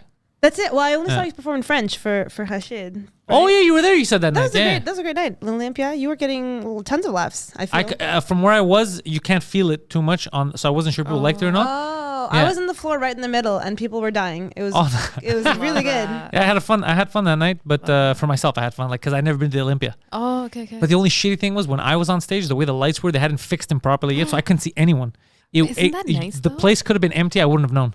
Oh, But isn't you that like great? that? You like not seeing people? No, I you like just see a kind of smile. seeing. I Like like kind of some? seeing a bit. Like I can never, because of the lights on stage. Even Yeah. at the bordel, you can't see after the first I like table. that. But you could tell that there's silhouettes. There's people there. This was pitch black. Oh, There could be so- 10 It people. There was could be pitch 1,000. black. Yeah, I couldn't say anything. Wow, And then they fixed it okay. kind of midway through the girl, right? Yeah, exactly. Because I didn't notice it. I was like, it's fucking dark, but I was like, whatever, it is what it is. And then all of a sudden, I was like, oh, this feels a little bit less I couldn't see shit. scary. But then after, when Rashid brings us back on, he's like, "This is Pantelis." Yeah, like, yeah, what yeah. that's when I saw the people, and in my head, I go, "Motherfucker, they could have shown me the people." Were you guys laughing? Yeah, because when I walked out, I saw nothing. It was just darkness, and I saw like a couple of people in the front. So I was thinking in the back of my mind, I go, "Is this a prank? Or are the other fucking people here?" Because you couldn't even hear it. No, it was good. Somebody asked me that, or they're like, oh, you got asked that too, right? What part is your character? What jokes are like? Oh yeah. This is a joke. Yeah, like what part is true? I mean, if I don't know, I don't like talking about that, right? Like, because it's like, yeah. this is my whole bit. It's like I want you to guess like what parts are real and what parts You're are more not. Yeah. you're more cold on stage. You're more like I'm more rigid. Like, Yeah. I mean, like I But it keep, works. like a monotone. Basic bitch. I'm Yeah. joking. But the opposite, but it works. It's very like this is what's gonna happen. Like, I'm in charge here, which is good for the stage. Because Yeah. it makes also people feel safer. Like, oh, this is a professional. Because when you doubt yourself too much on stage, Yeah. you lose them because they're like, oh, I thought they were going to take us on a ride. Yeah. They can't take us on a ride. They can't control themselves. Right. But you learn that as you go along. The more confident you are, Yeah. Yeah. that's when I'm about subjects. That's when you can start broaching every subject because you're more confident and it feels like you're taking them for a ride. You're not telling them like, I'm not. This is how you should feel. This is how you should. You're telling them, this is how I feel. Let me take it you on resonate this. with you? Yeah. Because or else, even if it's my personal story, it'll never resonate with you. Even if you know that's a real story, if I'm talking at you. Yeah. Yeah. And a lot of, not just comics, a lot of people do that. Yeah. Like, I'm forcing you to understand. It's like, but I don't get it. You're not easing me into it. A little bit of crowd work. That's why Yeah. Lawrence is so like. Yeah. I mean, I don't know if you've seen Lawrence as a host, but Lawrence is. I've seen Lawrence. incredible. I've been doing comedy around Lawrence for years. Yeah. I think Yeah. we started around the same time. That's my dream. I would love to be able to do what Lawrence does, but even I'd when- love to be able to be Lawrence. I thought you were going to say. Yeah, also that. I'd love to. Be I would like to Lawrence. experience that. I'll father his So show. Yeah. No good. problem. His crowd work is super good, but then so I had only seen him host for quite a few times. Then I saw his bit, which I guess hosts kind of do, but I get lost. It's because harder, they're yeah. talking. Yeah.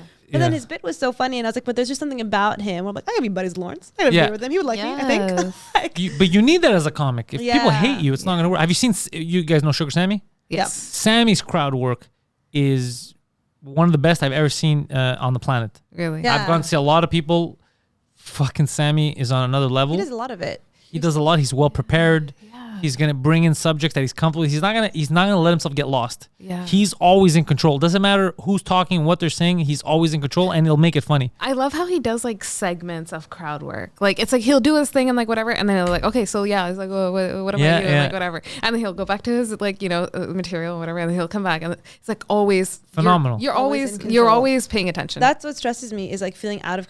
For the first time on whatever the last show I did, I was like, Joanna, like just speak to the crowd, and so all I had to ask was, is there a couple in love? How long have you been together? And I was like, are you guys together? And they go, yes. It's How long? It was 3 years. nerve-wracking. And I was like, I'm doing really well. And then I pushed it. And I was like, do you think you're going to make it? And everybody laughed. And I was like, oh, okay. That's It a wasn't good joke. question. But it was because it was a joke about my parents and their arranged marriage. And then the guy's like, yeah. And the girl's like, and I was like, oh no, I ruined that. I was like, okay, anyway. And so I did the joke. And after the set, I was like, hey, thank you for being such good players. I was like, I'm so sorry. Like, I appreciate you. We And just he's broke like, up. Yeah. He's like, don't worry about it. and it's all then because of you.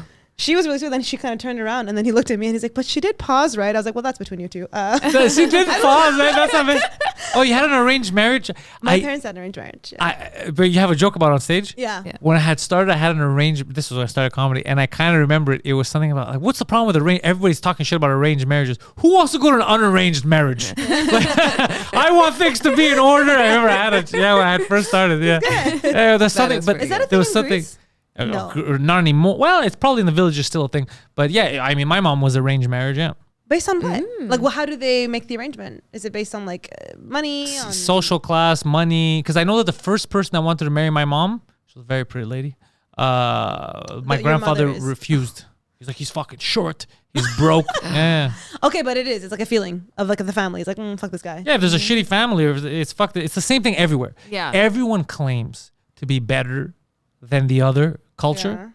until you break it down and you realize you're like, fuck, we do the same fucking No, thing. Yeah. but I feel like in brown culture, it's like you could be a straight up like surgeon in LA and they'd be like, oh, you're from a low caste. Yeah. Okay, so And the they don't caste care. system. Okay, so the caste system, we don't have that anymore or anything, but we don't have it. So let's say my mom was getting arranged marriage, right? There was no official caste system, but there is a caste system because there's people who you're like, nah, they're a low class family. Yes. I'm not going to marry my daughter. But to it's that. a feeling, like a village feeling. It's You a can- village you can come feeling. out of it. Yeah, there's no official. That's the difference that we didn't have. But when people talk about like, let's say the Taliban, Afghanistan, they're like, can you believe that this and that? It's like, dude, in Greece, till the 50s or something, same thing. Women were veiled, and they're not going to come out. They can't do this. They had I didn't know that at all. Yeah, People yeah. were veiled in Greece. in the villages. In the villages, and they were not religious. It was just like well, they're religious Christians, but it was more like, no, you can't let a guy see you. You can't let this. You can't talk to a guy. You can't. That Yeah. is pretty They would interesting. steal even girls at night, like because they didn't want to arrange marriage or whatever. Some people would steal women, like, oh, go in the night, sneak in, and I'm gonna steal you. And then now we have to get married. They have to accept because they don't know if we banged or not. And then if we banged, no, for real, because if you banged, now you're no good. No one's gonna want to marry Yeah, you. yeah. all that Tainted shit. goods. But that's what I'm saying. When people try to talk, I was like, oh, I'm better. This and that's like, we all fucking and recently. So let's yeah. get off the fucking high horse. I didn't know that at all. Yeah, that is really Yeah. interesting. And the eels, the green. Yeah. the No, caste you learn a system lot. in our community, though, That's is excessive very because prevalent. you can't escape it. You can't. Yeah, that's what I'm you saying. can't. There's no How do they know? mobility. It lives with you. They fully like send people to Sri Lanka to check on your shit. Like they Poseidon, you fucking hearing this shit, bro? Sorry? The caste system. This you're I gonna knew get about this. It also goes based off of your last name as well. Like there are like a group of like last names that are like they're Good lower or bad. caste. If they're But what no, makes but them there's- different castes right now? Like, are they gonna have specific jobs? Like, let's say a certain family, Yeah, a certain type, they're pretty only gonna much. be in this field. I think it Yeah. used to be that way. The cast was no, it based still on the is. OG job. No, but like if someone's Kapaha, like whatever. the Brahmins are the priests, Okay. and so like the Hindu priests. But you're talking about if someone's like name ends with a Brahmin. no, like I'm talking about like The actual caste, The sorry. actual caste. Yeah. Yeah. Oh, there's a They're at name for the top. caste. Yeah. So Okay. those are the Brahmins. They're Are all they way the at top. highest? They're the highest. But somebody who's a Brahmin who has a son whose son is now a podcaster. Yeah. Yes. Who's like, let's say a podcaster is a shitty job. No offense. Yeah. It's not.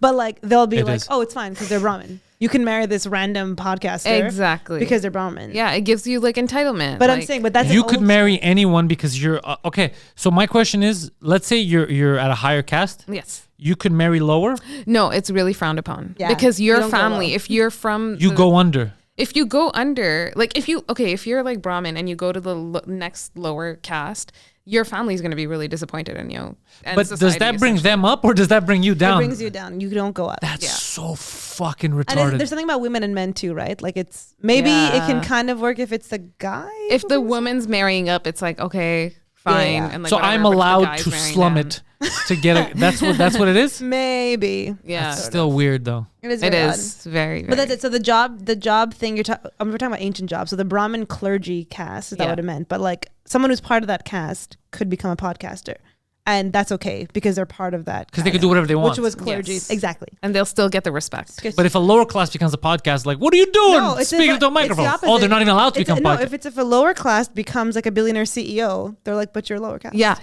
That's what's fucked up. That's so weird. Like you can be a It's doctor. like, but I'm a billionaire. Yeah. Who gives Yeah. a shit? No one gives a shit. Even if you're a doctor, a surgeon, whatever, you're saving lives. So you could be a bum, Yeah. but you're at the higher caste and you Yes. get all kinds of advantages. Yes. Yeah. Is that crazy? You'll get married to like Doesn't make any some sense. Luck like, of the draw. billionaire girl. Yeah. Yeah, that's really luck of the draw. It's really luck of the draw. One side can't win, the other side can't fail. It's I really had- fucked my up. dad. I asked my dad. I was like, "Would we be like princesses in Sri Lanka?" He's like, "For sure not." And he's like, "Well, we're like upper average." And I was like, "Well, what if I want to marry?" He's like, "You'd be fine to marry whoever you wanted." Nice. But he's like, Because of your light skin.